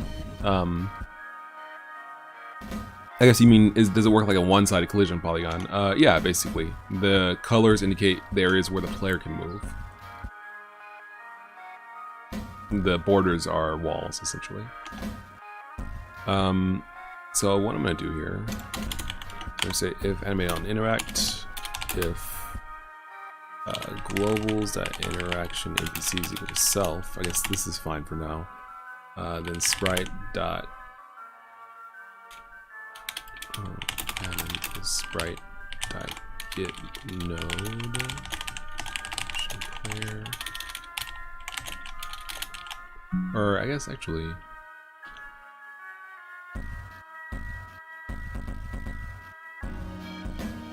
PC brain. Animation player, okay.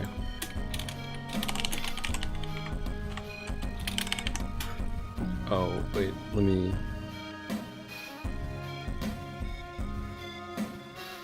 There we go. Okay. So we want to get the animation and then say anim.play talking, else anim.play idle.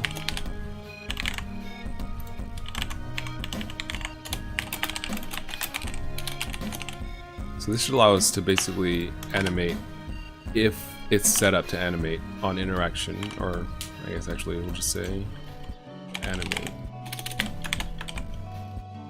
Animate. Yeah, this will work okay, I think. So we go to NFC brain, animate, yes.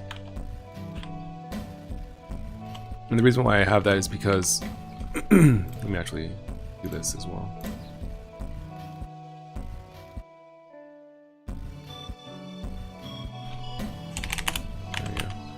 The reason why I do this is because I have additional behaviors like following a path or seeking out the player, and so they should handle animation. But if there is no other behaviors, then we can just go ahead and animate it ourselves. There we go.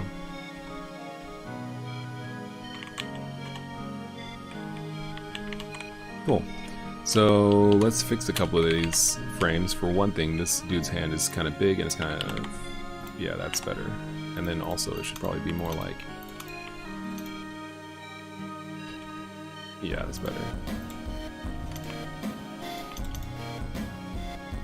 Also, he should have a shadow.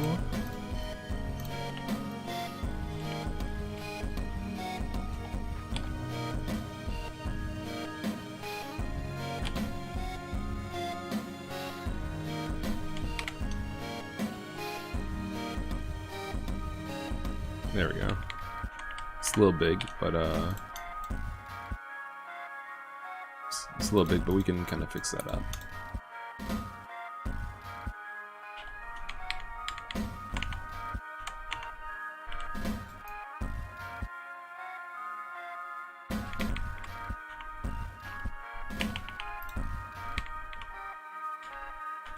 Yeah, I think that's a good start.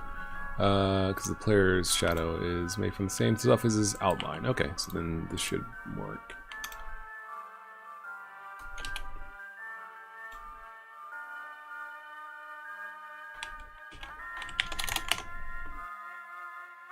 That should help kind of ground him in the scene a little bit better.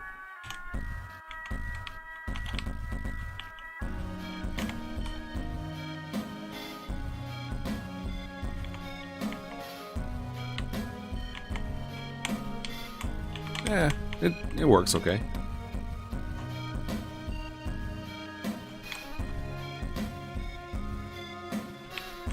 Yeah, okay, cool. Let's make the trash cans interactable.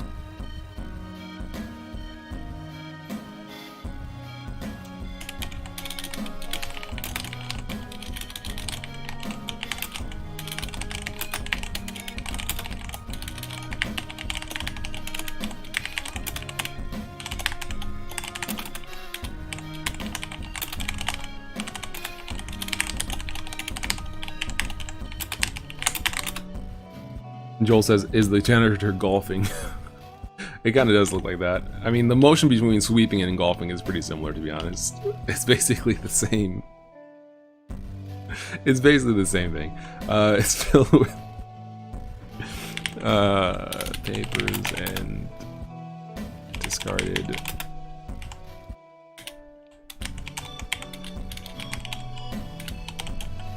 Okay.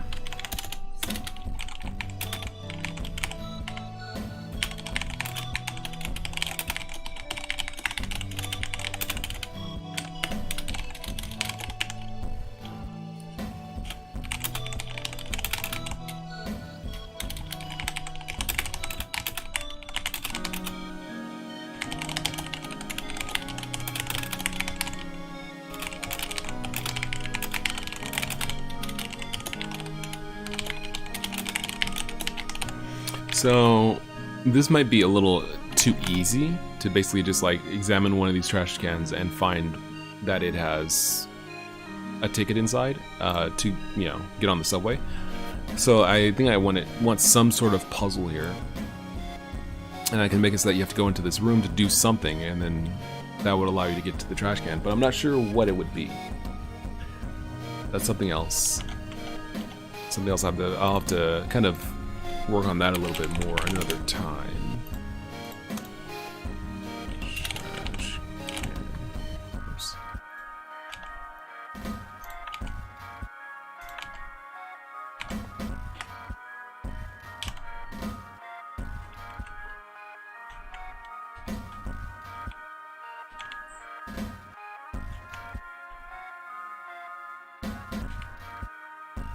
Yeah.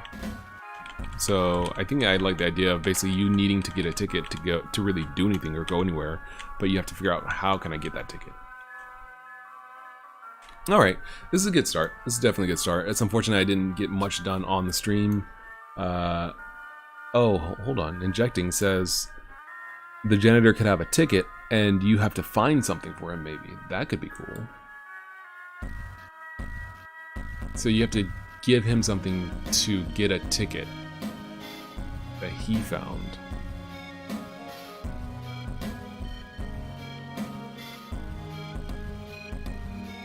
I like that idea.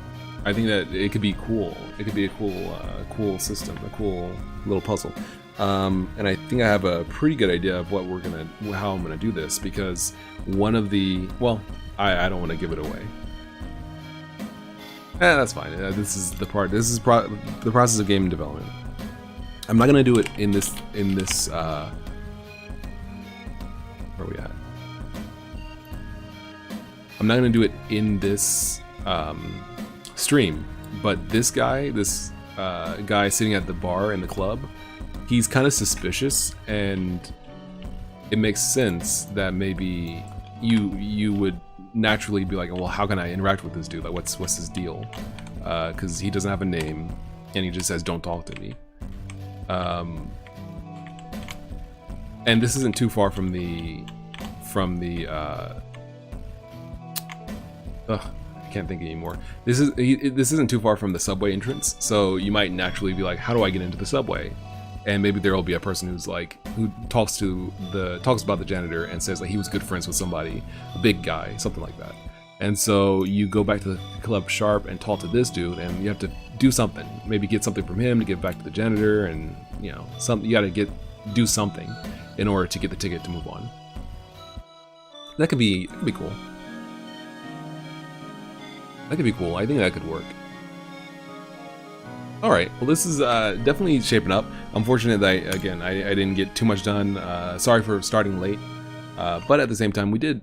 You know, it was fun, and we did discuss game development, which is always a pleasure.